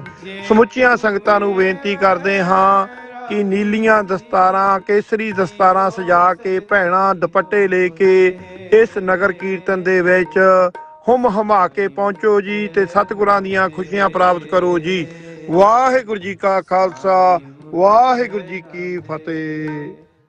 ਵਾਹਿਗੁਰੂ ਜੀ ਕਾ ਖਾਲਸਾ, ਵਾਹਿਗੁਰੂ ਜੀ ਕੀ ਫਤਿਹ।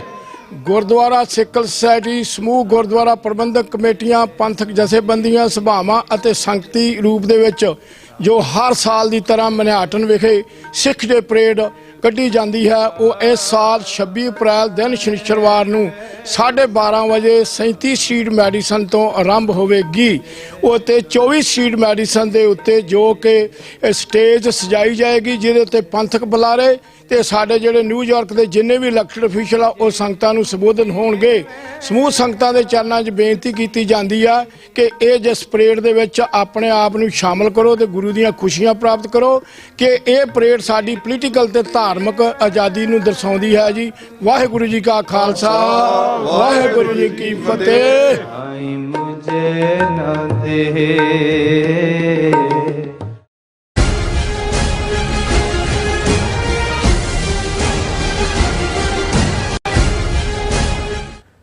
ਦਰਸ਼ਕੋ, ਬ੍ਰੇਕ ਤੋਂ ਬਾਅਦ ਫਿਰ ਦੁਬਾਰਾ ਤੁਹਾਡਾ ਸਵਾਗਤ ਹੈ। ਸੋ ਇਸ ਗੱਲਬਾਤ ਕਰਨ ਜਾ ਰਹੇ ਹਾਂ ਕਿ ਇੱਕ ਸਵਾਲ ਜਿਹੜਾ ਕਿ ਅਕਸਰ ਆਪਣਿਆਂ ਵੱਲੋਂ ਵੀ ਤੇ ਵਿਰੋਧੀਆਂ ਵੱਲੋਂ ਵੀ ਪੁੱਛਿਆ ਜਾਂਦਾ ਹੈ ਕਿ ਖਾਲਿਸਤਾਨ ਇੱਕ ਲੈਂਡਲੌਕਡ ਕੰਟਰੀ ਹੋਵੇਗਾ ਜਿਸ ਨਾਲ ਕੋਈ ਸਮੁੰਦਰ ਨਹੀਂ ਲੱਗਦਾ।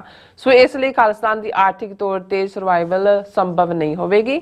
ਸੋ ਇੱਕ ਗੁਰਸਿੱਖ ਵੀਰ ਵੱਲੋਂ ਇਸ ਸਵਾਲ ਦਾ ਜਵਾਬ ਦੇਣ ਦੀ ਕੋਸ਼ਿਸ਼ ਕੀਤੀ ਗਈ ਹੈ। ਸੋ ਇਸ ਬਾਰੇ ਆਪਾਂ ਗੱਲਬਾਤ ਕਰਨ ਜਾ ਰਹੇ ਹਾਂ। ਸੋ ਅਸੀਂ ਚਾਹਾਂਗੇ ਕਿ ਤੁਸੀਂ ਇਸੇ ਤਰ੍ਹਾਂ ਬਣੇ ਰਹਿਣਾ, ਦੇਖਣ ਸੁਣਨ ਲਈ ਐਂਡ ਲਿਖਣ ਲਈ ਤੁਹਾਡਾ ਸਭ ਦਾ ਬਹੁਤ ਬਹੁਤ ਧੰਨਵਾਦ ਜੀ। ਡਾਕਟਰ ਸਾਹਿਬ, ਕੀ ਕਹਿਣਾ ਚਾਹੋਗੇ? ਦੇਖੋ, ਪਹਿਲਾਂ ਥੋੜੇ ਜਿਹੇ ਹਲਕੇ ਅੰਦਾਜ਼ 'ਚ ਇਸ ਸਵਾਲ ਨੂੰ ਸ਼ੁਰੂ ਕਰਦੇ ਹਾਂ। ਇਹ ਗੱਲ 1992 ਦੀ ਹੈ, ਆਲਮੋਸਟ 33 ਸਾਲ ਪਹਿਲਾਂ ਜੀ।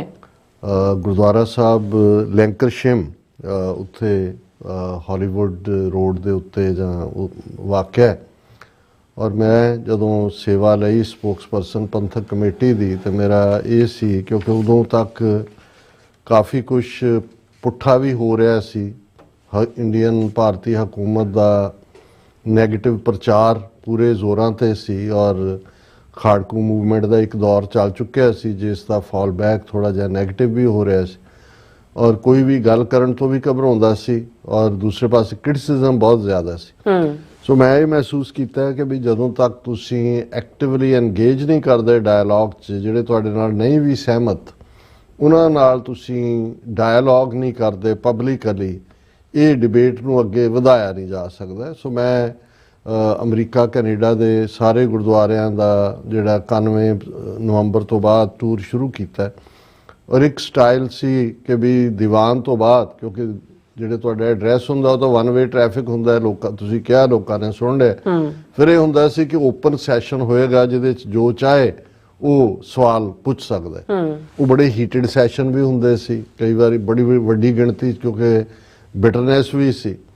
ਸੋ ਉਸ ਕਿਸਮ ਦਾ ਇੱਕ ਸੈਸ਼ਨ ਲੈਂਕਰਸ਼ਮ ਗੁਰਦੁਆਰਾ ਸਾਹਿਬ ਸੀ ਔਰ ਇੱਕ ਬਾਬਾ ਮੇਰੇ ਨਾਲ ਸੱਜੇ ਪਾਸੇ ਬੈਠੇ ਹੋਏ ਸੀ ਔਰ ਇੱਕ ਡਾਕਟਰ ਸਾਹਿਬ ਜਿਨ੍ਹਾਂ ਦੀ ਜੇਬ ਚੋਂ ਸਟੈਥੋਸਕੋਪ ਬਾਹਰ ਨਿਕਲੀ ਹੋਈ ਸੀ, ਸ਼ਾਇਦ ਡਿਊਟੀ ਤੋਂ ਆਏ ਹੋਣ ਜਾਂ ਵੈਸੇ ਉਹਨਾਂ ਨੂੰ ਸ਼ੌਕ ਸੀ ਦੱਸਣ ਦਾ ਵੀ ਉਹ ਡਾਕਟਰ ਨੇ। ਉਹਨਾਂ ਨੇ ਸਵਾਲ ਪੁੱਛਿਆ ਕਿ ਡਾਕਟਰ ਸਾਹਿਬ, ਖਾਲਿਸਤਾਨ ਬਹੁਤ ਜ਼ਰੂਰੀ ਹੈ, ਅਸੀਂ ਸਾਰੇ ਸਹਿਮਤ ਹੈ, ਪਰ ਇਹ ਜਿਹੜਾ ਹੈ ਖਾਲਿਸਤਾਨ ਨਾਲ ਤਾਂ ਕੋਈ ਸਮੁੰਦਰ ਨਹੀਂ ਲੱਗਦਾ। ਤੇ ਇਸ ਤੋਂ ਪਹਿਲਾਂ ਕਿ ਮੈਂ ਜਵਾਬ ਦਿੰਦਾ, ਉਹ ਬਾਬਾ ਮੇਰੇ ਕੋਲ ਬੈਠਾ ਕਹਿੰਦਾ ਤੈਂ ਡੁੱਬਣਾ। ਸੋ ਸਾਰੇ ਖਿੜਖੜਾ ਕੇ ਹੱਸ ਪਏ ਤੇ ਮੈਂ ਬੜੇ ਮੁਸ਼ਕਿਲ ਨਾਲ ਆਪਣੇ ਆਪ ਨੂੰ ਸੰਭਾਲ ਕੇ ਜਿਹੜਾ ਉਹਨਾਂ ਦੀ ਤਸੱਲੀ ਕਰਾਉਣ ਦੀ, ਪਰ ਉਹ ਤੈਂ ਡੁੱਬਣਾ ਨਹੀਂ ਉਹਨਾਂ ਦਾ ਜਵਾਬ ਦੇ ਦਿੱਤਾ। ਇਹੋ ਜਿਹਾ ਇੱਕ ਵਾਕਿਆ ਟੋਰਾਂਟੋ ਦੇ ਵਿੱਚ ਇੱਕ ਡਿਸਕਸ਼ਨ ਦੇ ਵੇਲੇ ਹੋਇਆ ਔਰ ਇਹੀ ਸਵਾਲ, ਕਿਉਂਕਿ ਅੱਜ ਅਸੀਂ ਉਸ ਦੇ ਉੱਤੇ ਗੱਲ ਕਰ ਰਹੇ ਹਾਂ ਜੀ, ਤੇ ਇੱਕ ਸੱਜਣ ਜਿਨ੍ਹਾਂ ਨੇ ਬੜੀ ਗੰਭੀਰਤਾ ਨਾਲ ਕਿਹਾ ਕਿ ਜੀ ਦੇਖੋ ਅਸੀਂ ਲੈਂਡ ਲੌਕਡ ਕੰਟਰੀ ਹੋਵਾਂਗੇ, ਸਮੁੰਦਰ ਨਹੀਂ ਕੋਈ ਵੀ ਨਾਲ ਲੱਗਦਾ, ਤੇ ਇਹ ਨਾ ਅਸੀਂ ਦੇਖੀਏ ਕਿ ਬਈ ਇਹ ਉਸ ਕਿਸਮ ਦੀ ਭੁੱਖਮਰੀ ਜਿਹੜੀ ਆ ਉਹ ਅਫਗਾਨਿਸਤਾਨ ਵਾਂਗ ਹੀ ਸਾਡੇ ਹੋਏ ਕਿ ਵੀ ਅਸੀਂ। ਤੇ ਇਸ ਤੋਂ ਪਹਿਲਾਂ ਕਿ ਮੈਂ ਰਿਸਪੌਂਡ ਕਰਦਾ, ਇੱਕ ਹੋਰ ਸੱਜਣ ਜਿਹੜੇ ਅਗੇਨ LA ਦਾ ਜਵਾਬ ਦੇਣ ਵਾਲੇ ਵੀ ਕੋਈ ਪੜ੍ਹੇ ਲਿਖੇ ਨਹੀਂ ਸੀ, ਫੇਥ ਸੀ ਇੱਧਰ, ਉਹ ਕਹਿੰਦੇ ਤੂੰ ਬਹਿ ਜਾ ਐਵੇਂ ਲੱਤ ਨਾ ਅੜਾ, ਵਿੱਚ ਸਮੁੰਦਰ ਅਸੀਂ ਆਪ ਹੀ ਪੱਟ ਲਾਂਗੇ। ਹੁਣ ਤੂੰ ਬਣਦਾ ਨਾ ਰੋਕ ਵਿੱਚੋਂ। ਚਲੋ ਇਹ ਦੋਨੋਂ ਮੈਂ ਇਸ ਲਈ ਕਹੇ ਨੇ ਵੀ ਇੱਕ ਉਹ ਪਾਰਟ ਹੈ, ਪਰ ਅੱਜ ਅਸੀਂ ਇਸ ਇਸ਼ੂ ਨੂੰ, ਕਿਉਂਕਿ ਅਕਸਰ ਇਹ ਆਪਣਿਆਂ ਵੱਲੋਂ ਵੀ ਜਿਹੜੇ ਸਪੋਰਟਰ ਨੇ ਔਰ ਵਿਰੋਧੀ ਤਾਂ ਤੁਹਾਨੂੰ ਜਿਹੜਾ ਉਹ ਡਿਚ ਕਰਨ ਦੇ ਲਈ ਜਾਂ ਟਿਚ ਸਮਝਦੇ ਆ ਜਾਂ ਤੁਹਾਡੇ ਖਾਲਿਸਤਾਨ ਦੇ ਕਨਸੈਪਟ ਨੂੰ ਨੈਗੇਟ ਕਰਨ ਲਈ ਵਰਤਦੇ ਨੇ। ਔਰ ਇਹ ਮੈਨੂੰ ਨਹੀਂ ਪਤਾ ਇਹ ਕਿਸ ਦੀ ਲਿਖਤ ਹੈ, ਇਹ ਸੋਸ਼ਲ ਮੀਡੀਆ ਤੇ ਇਹਦੀ ਕਾਪੀ ਘੁੰਮ ਰਹੀ ਸੀ ਤੇ ਮੈਨੂੰ ਲੱਗਾ ਕੋਈ ਮੇਰੀ ਰਿਸਰਚ ਨਹੀਂ ਹੈ। ਅਸੀਂ ਹਾਲਾਂਕਿ ਇਸ ਮੁੱਦੇ ਦੇ ਉੱਤੇ ਸਰੂਪ ਸਿੰਘ ਨਾਰੰਗ UK ਬੇਸਡ ਬਜ਼ੁਰਗ ਸਨ ਲਿਖਾਰੀ, ਹੁਣ ਤਾਂ ਉਹ ਚੜਾਈ ਕਰ ਗਏ ਨੇ, ਉਹਨਾਂ ਦੀ ਇੱਕ ਕਿਤਾਬ ਖਾਲਿਸਤਾਨ ਦੀ ਲੋੜ ਕਿਉਂ, ਉਹਦੇ ਚ ਉਹਨਾਂ ਨੇ ਬੜੀ ਡੀਟੇਲ ਦੇ ਵਿੱਚ ਜਿਹੜੇ ਸਾਰੇ ਫੈਕਟਰ ਨੇ ਡਿਸਕਸ ਕੀਤੇ ਸੀ। ਪਰ ਮੈਨੂੰ ਇਹ ਲੱਗਾ ਕਿ ਵੀ ਕਈ ਵਾਰੀ ਜੋ ਡਿਸਕਸ਼ਨ ਚੱਲ ਰਹੀ ਹੁੰਦੀ ਹੈ ਉਹਦੇ ਚ ਇਹ ਜ਼ਰੂਰੀ ਹੈ, ਔਰ ਇਹ ਜਿਸ ਵੀਰ ਨੇ ਵੀ ਜਾਂ ਭੈਣ ਨੇ ਵੀ ਇਹ ਲਿਖਿਆ ਉਹਨਾਂ ਨੇ ਚੰਗੀ ਸਟੱਡੀ ਕੀਤੀ ਹੈ। ਉਹਨਾਂ ਨੇ ਕਿਹਾ ਕਿ ਵੀ ਦੇਖੋ ਇਹ ਆਰਗੂਮੈਂਟ ਜਿਹੜਾ ਦਿੱਤਾ ਜਾਂਦਾ ਵੀ ਸਮੁੰਦਰ ਨਹੀਂ ਲੱਗਦਾ, ਜਿਹਨੂੰ ਨਾ ਲੱਗੇ ਉਹਨੂੰ ਅਸੀਂ ਲੈਂਡ ਲੌਕਡ ਕਹਿੰਦੇ ਆ, ਵੀ ਚਾਰ ਚੁਫੇਰੇ ਜ਼ਮੀਨ ਹੈ। ਹਾਲਾਂ ਇੱਕ ਆਰਗੂਮੈਂਟ ਅਸੀਂ ਇਹ ਸਮਝਦੇ ਹਾਂ ਵੀ ਅਸੀਂ ਸਮੁੰਦਰ ਤੱਕ ਐਕਸੈਸ ਵੀ ਲੈਣੀ ਹੈ ਜਿਹੜਾ, ਔਰ ਉਹ ਕਿਵੇਂ ਹੈ ਉਹ ਅੱਜ ਦਾ ਵਿਸ਼ਾ ਨਹੀਂ ਹੈ। ਲੇਕਿਨ ਮੰਨ ਲਓ ਜਿਹੜਾ ਇਹ ਦਲੀਲ ਵੀ ਹੈ ਲੈਂਡ ਲੌਕਡ, ਇਹਦਾ ਜਵਾਬ ਦਿੰਦੇ ਉਹਨਾਂ ਨੇ ਕਿਹਾ ਵੀ ਦੇਖੋ ਦੁਨੀਆ ਦੇ ਕਿਸੇ ਵੀ ਮੁਲਕ ਦੀ ਤਰੱਕੀ ਦਾ ਜਿਹੜਾ ਬੇਸ ਹੁੰਦਾ ਤੁਸੀਂ ਉਹਨਾਂ ਦੀ GDP ਹੁੰਦੀ ਹੈ, ਗ੍ਰੋਸ ਡੋਮੈਸਟਿਕ ਪ੍ਰੋਡਿਊਸ। ਬਿਲਕੁਲ। ਉਹਨਾਂ ਕਿਹਾ ਹੁਣ ਭਾਰਤ ਨੂੰ ਅਸੀਂ as a role model country ਲੈਂਦੇ ਹਾਂ, ਜਿਹੜੇ ਲੋਕ ਵੀ ਭਾਰਤ ਦੇ ਸ਼ਹਿਰੀ ਰਹਿਣਾ ਚਾਹੁੰਦੇ ਨੇ ਜਾਂ ਨਹੀਂ। ਭਾਰਤ ਦੀ ਜਿਹੜੀ GDP ਹੈ ਗ੍ਰੋਸ ਡੋਮੈਸਟਿਕ ਪਰ ਕੈਪੀਟਾ ਹੈ, ਉਹ ਗ੍ਰੋਸ ਡੋਮੈਸਟਿਕ ਪਰ ਕੈਪੀਟਾ ਉਹ $3000 ਹੈ ਸਾਲਾਨਾ ਕੁੱਲ। ਉਹਨਾਂ ਨੇ ਕਿਹਾ ਵੀ ਹੁਣ ਅਸੀਂ ਜਿਹੜਾ ਜੇ ਖਾਲਿਸਤਾਨ ਬਾਰੇ ਜਿਹੜਾ ਇਹ ਆਰਗੂਮੈਂਟ ਦਿੱਤਾ ਜਾਂਦਾ ਹੈ, ਅਸੀਂ ਇਹ ਦੱਸ ਸਕਦੇ ਹਾਂ ਕਿ ਵੀ ਦੁਨੀਆ ਦੇ ਕਿੰਨੇ ਐਸੇ ਮੁਲਕ ਨੇ, 44 ਦੇ ਕਰੀਬ ਐਸੇ 193 ਮੁਲਕਾਂ ਚੋਂ ਮੁਲਕ ਨੇ ਜਿਨ੍ਹਾਂ ਦੇ ਨਾਲ ਸਮੁੰਦਰ ਨਹੀਂ ਲੱਗਦਾ, ਲੈਂਡ ਲੌਕਡ ਨੇ, ਔਰ ਉਹਨਾਂ ਦੀ ਜਿਹੜੀ GDP ਹੈ ਗ੍ਰੋਸ ਡੋਮੈਸਟਿਕ ਪਰ ਕੈਪੀਟਾ ਹੈ ਉਹ ਭਾਰਤ ਨਾਲੋਂ ਕਈ ਗੁਣਾ ਜ਼ਿਆਦਾ ਹੈ। ਔਰ ਉਹਨਾਂ ਨੇ ਫਿਰ ਥੱਲੇ ਉਹਨਾਂ ਦੀ ਲਿਸਟ ਦਿੱਤੀ ਹੈ ਕਿ ਵੀ ਨਾਲ ਉਹਨਾਂ ਨੇ ਦਿੱਤਾ ਹੈ ਵੀ ਜੇ ਉਹਨਾਂ ਦੇ ਕੋਲ ਸਮੁੰਦਰ ਨਹੀਂ ਹੈ ਤਾਂ ਉਹਨਾਂ ਦੇ ਵਿਕਾਸ ਜਾਂ ਉਹਨਾਂ ਦੀ ਪ੍ਰੋਗਰੈਸ ਦੇ ਵਿੱਚ ਦਾ ਕੀ ਕਾਰਨ ਹੈ।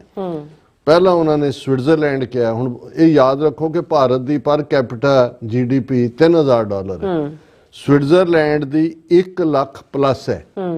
ਹੁਣ ਅੰਦਾਜ਼ਾ ਲਾ ਲਓ ਕਿੰਨੇ ਗੁਣਾ ਜ਼ਿਆਦਾ ਹੈ। ਔਰ ਉਹਨਾਂ ਦਾ ਕਾਰਨ ਉਹਨਾਂ ਨੇ ਕਿਹਾ ਕਿ ਵਿੱਤੀ ਸੇਵਾਵਾਂ ਨੇ, ਜ਼ਾਹਰ ਹੈ ਸਵਿਟਜ਼ਰਲੈਂਡ ਬੈਂਕ, ਸਵਿਸ ਬੈਂਕਸ, ਉੱਚ ਤਕਨੀਕੀ ਉਦਯੋਗ ਜਿਹੜੇ ਹਾਈ ਟੈਕ ਨੇ, ਔਰ ਸੈਰ ਸਪਾਟਾ ਟੂਰਿਜ਼ਮ, ਔਰ ਉਹਨਾਂ ਨੇ ਗੁਆਂਢੀ ਦੇਸ਼ਾਂ ਜਰਮਨੀ ਫਰਾਂਸ ਵਗੈਰਾ ਦੇ ਨਾਲ ਵਪਾਰਕ ਸਮਝੌਤੇ ਵੀ ਕੀਤੇ ਹੋਏ ਨੇ।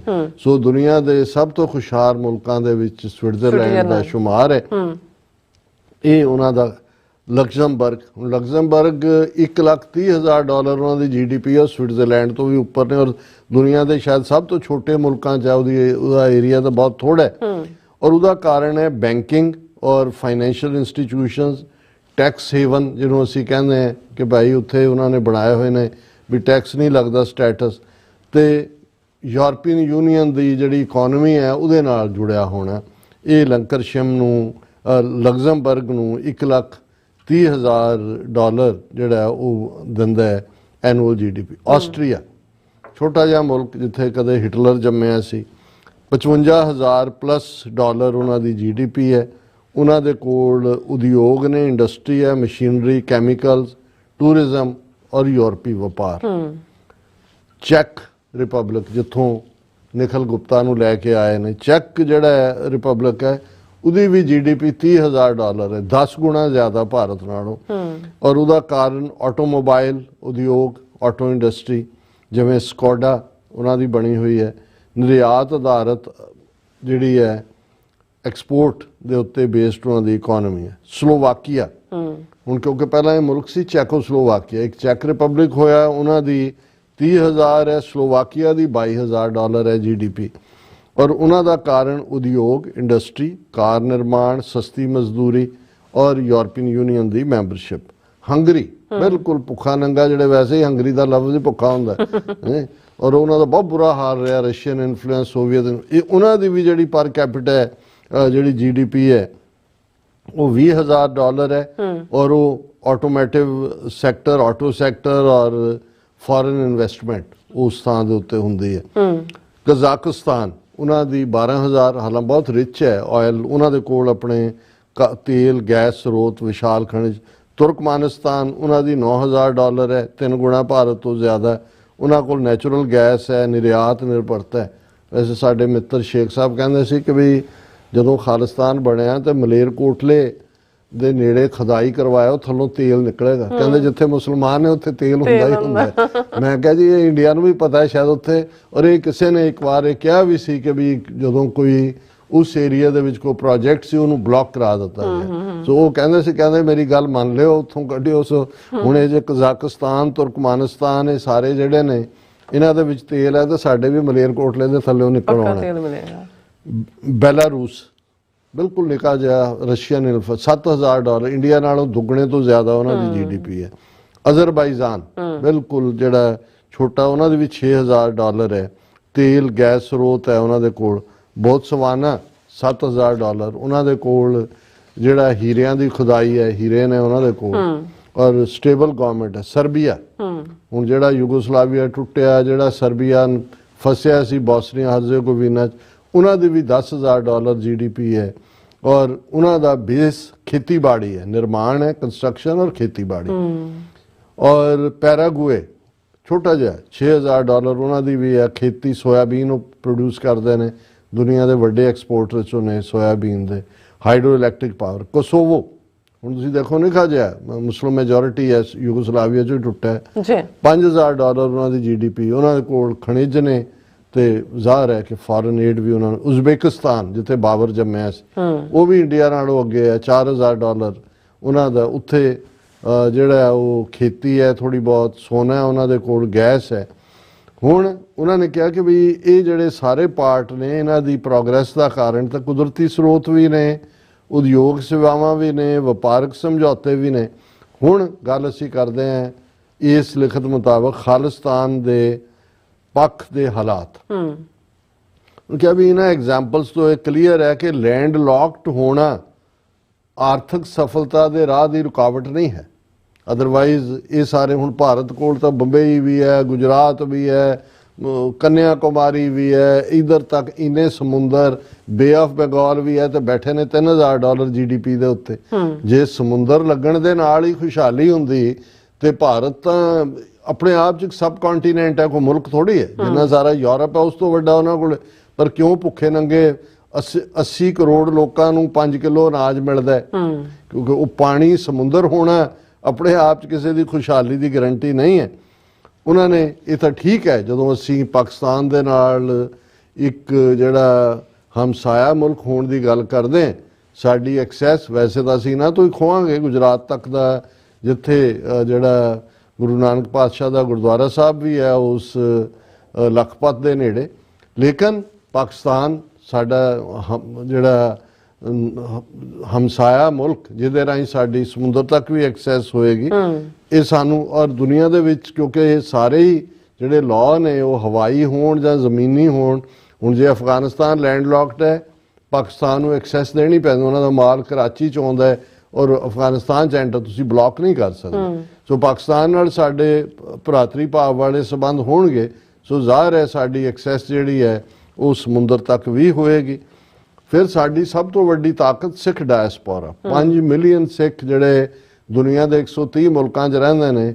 ਕੱਲਾ ਸਿੱਖ ਜਿਹੜਾ ਹੈ ਉਹ ਕਿੰਨੀ ਸਮਰੱਥਾ ਰੱਖਦਾ ਹੈ, ਇਸ ਬਾਰੇ ਕਿਸੇ ਨੂੰ ਭੁਲੇਖਾ ਨਹੀਂ ਹੋਣਾ ਚਾਹੀਦਾ। ਔਰ ਸਾਡੇ ਪਾਕਿਸਤਾਨੀ ਭਰਾ ਬਹੁਤ ਚੰਗੀ ਤਰ੍ਹਾਂ ਜਾਣਦੇ ਨੇ, ਕਹਿਣਗੇ ਕਿ ਸਿੱਖ ਬਹੁਤ ਅਮੀਰ ਨੇ, ਔਰ ਕੋਈ ਸ਼ੱਕ ਵੀ ਨਹੀਂ ਹੈ, ਕਿਉਂਕਿ ਮਿਹਨਤ ਦੇ ਨਾਲ ਹਰ ਥਾਂ ਐਸਟੈਬਲਿਸ਼ ਹੋਏ ਨੇ। ਕੋਈ ਇੱਥੇ 50-50 ਹਜ਼ਾਰ ਏਕੜ 'ਚ ਕੋਈ ਆਲੂਆਂ ਦਾ ਬਾਦਸ਼ਾਹ ਹੈ, ਕੋਈ ਅੰਗੂਰਾਂ ਦਾ ਬਾਦਸ਼ਾਹ ਹੈ, ਕੋਈ ਗ੍ਰੇਪਸ ਦਾ ਬਾਦਸ਼ਾਹ ਹੈ। ਔਰ ਤੁਸੀਂ ਇਮੈਜਿਨ ਕਰੋ ਵੀ ਜਦੋਂ ਉਹਨਾਂ ਦੀ ਇਨਵੈਸਟਮੈਂਟ ਉਸ ਧਰਤੀ ਤੇ ਹੁੰਦੀ ਹੈ। ਔਰ ਬੇਸ਼ੱਕ ਸਾਡੇ ਕੋਲ ਜਿਵੇਂ ਇਹਨੇ ਵੀ ਇਸ ਲਿਖਤ 'ਚ ਵੀ ਡਿਸਕਸ ਹੋਇਆ ਕਿ ਭਾਈ ਸਾਡੇ ਕੋਲ ਜਿਹੜੀ ਹੈ ਤਕਨੀਕੀ ਸਹਾਇਤਾ ਵੀ, ਇਨਵੈਸਟਮੈਂਟ ਵੀ, ਔਰ ਜਿਹੜੀ ਜ਼ਮੀਨ ਜਿਹੜੀ ਜ਼ਰਖੇਜ਼ ਹੈ ਔਰ ਮਿਹਨਤੀ ਸਾਡੇ ਲੋਕ ਨੇ, ਔਰ ਉਹ ਖੇਤੀਬਾੜੀ ਹੋਏ ਜਾਂ ਮਿਲਕ ਰਿਲੇਟਡ ਹੋਏ ਜਾਂ ਪੋਲਟਰੀ ਰਿਲੇਟਡ ਤੁਹਾਡਾ ਪਾਰਟ ਹੋਏ। ਤੁਸੀਂ ਤਾਂ ਆ ਪੋਟੇਟੋ ਚਿਪਸ ਦੀ ਇੰਡਸਟਰੀ $80 ਬਿਲੀਅਨ ਦੀ ਹੈ। ਕਿੰਨੇ ਇੱਕੋ ਲਿਫਾਫੇ ਜਿਹੇ 'ਚ 2 ਆਲੂਆਂ ਦੀਆਂ ਚਿਪਸ ਵੀ ਨਹੀਂ ਹੁੰਦੀਆਂ, ਤੇ ਸਾਡੇ ਵਿਚਾਰੇ ਕਿਸਾਨਾਂ ਨੇ ਸੜਕਾਂ ਤੇ ਸੁੱਟੇ ਹੁੰਦੇ ਨੇ ਭਰ ਕੇ ਟਰਾਲੀਆਂ, ਉਹਦਾ ਬਾਇਰ ਨਹੀਂ ਹੁੰਦਾ।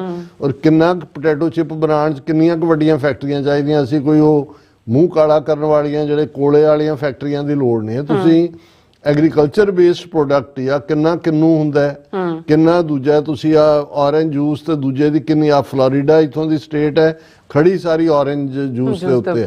ਸੋ ਇਹ ਜਿਹੜੇ ਨੇ, ਔਰ ਜਿਹੜੀ ਤੁਹਾਡੀ ਕਨੈਕਟੀਵਿਟੀ ਹੈ ਪੰਜਾਬ 'ਚ ਆਲਰੇਡੀ ਤੁਸੀਂ ਪਿੰਡ ਫੋਕਲ ਪੁਆਇੰਟ ਸਾਰੇ ਉਹ ਸਾਰੇ 'ਚ ਨੇ। ਔਰ ਇਹ ਜਿਹੜੇ ਨੇ ਇਸ 'ਚੋਂ ਅਸੀਂ ਇਹ ਦੇਖ ਸਕਦੇ ਹਾਂ ਕਿ ਜਿਹੜਾ ਖਾਲਿਸਤਾਨ ਦਾ ਭਵਿੱਖ ਹੈ ਇਹਨਾਂ ਤੱਤਾਂ 'ਤੇ ਨਿਰਭਰ ਕਰਦਾ ਹੈ। ਉਹਨਾਂ ਨੇ ਕਿਹਾ ਕਿ ਵੀ ਇਹਦੀ ਬੰਦਰਗਾਹ ਦੀ ਅਣਹੋਂਦ ਦੇ ਬਾਵਜੂਦ ਸਹੀ ਰਣਨੀਤੀ, ਸਰੋਤਾਂ ਦੀ ਵਰਤੋਂ, ਅੰਤਰਰਾਸ਼ਟਰੀ ਸਹਿਯੋਗ ਨਾਲ ਆਰਥਿਕ ਸਫਲਤਾ ਸੰਭਵ ਹੈ। ਔਰ ਇਸ ਦੇ ਵਿੱਚ ਜਿਹੜਾ ਸਾਡਾ ਸਭ ਤੋਂ ਜਿਹੜਾ ਪਾਵਰਫੁਲ ਹੈ ਪੰਜਾਬ ਦੀ ਖੇਤੀ, ਡੇਅਰੀ ਉਤਪਾਦਨ ਤੇ ਨਾਲ ਦੀ ਨਾਲ ਡਾਇਸਪੋਰਾ ਸਿੱਖ। ਸੋ ਇੱਕ ਡਿਬੇਟ ਦੇ ਲਈ ਮੈਨੂੰ ਲੱਗਾ ਵੀ ਇੱਕ ਦਿਲਚਸਪ ਇਸ਼ੂ ਹੈ, ਔਰ ਜਿਹਨੇ ਵੀ ਮਿਹਨਤ ਕੀਤੀ ਹੈ ਅਸੀਂ ਉਹਨਾਂ ਦਾ ਸ਼ੁਕਰੀਆ ਅਦਾ ਕਰਦੇ। ਬਿਲਕੁਲ ਡਾਕਟਰ ਸਾਹਿਬ, ਤੁਹਾਡਾ ਬਹੁਤ ਸ਼ੁਕਰੀਆ। ਸੋ ਅਥਲੇ ਨੇ ਬ੍ਰੇਕ ਵਿਊਅਰਸ, ਤੁਸੀਂ ਇਸੇ ਤਰ੍ਹਾਂ ਬਣੇ ਰਹਿਣਾ। ਮਿਲਦੇ ਹਾਂ ਛੋਟੇ ਜਿਹੇ ਬ੍ਰੇਕ ਤੋਂ ਬਾਅਦ।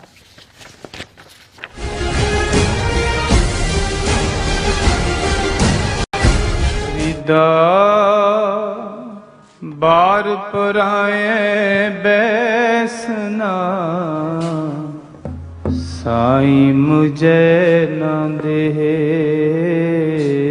ਵਾਹਿਗੁਰੂ ਜੀ ਕਾ ਖਾਲਸਾ, ਵਾਹਿਗੁਰੂ ਜੀ ਕੀ ਫਤਿਹ। ਅਮਰੀਕਾ ਭਰ ਦੀਆਂ ਸਿੱਖ ਸੰਗਤਾਂ ਨੂੰ ਬੇਨਤੀ ਕੀਤੀ ਜਾਂਦੀ ਹੈ, ਖਾਲਸਾ ਸਾਜਣਾ ਦਿਵਸ ਵਿਸਾਖੀ ਨੂੰ ਸਮਰਪਿਤ 8ਵੀਂ ਨੈਸ਼ਨਲ ਸਿੱਖ ਡੇ ਪਰੇਡ, ਸਿੱਖ ਫਰੀडम ਮਾਰਚ 5 ਅਪ੍ਰੈਲ ਦਿਨ ਸ਼ਨਿਚਰਵਾਰ 2025 ਨੂੰ ਕੈਪੀਟਲ ਹਿੱਲ ਵਾਸ਼ਿੰਗਟਨ DC ਵਿਖੇ ਕੱਢਿਆ ਜਾ ਰਿਹਾ ਹੈ।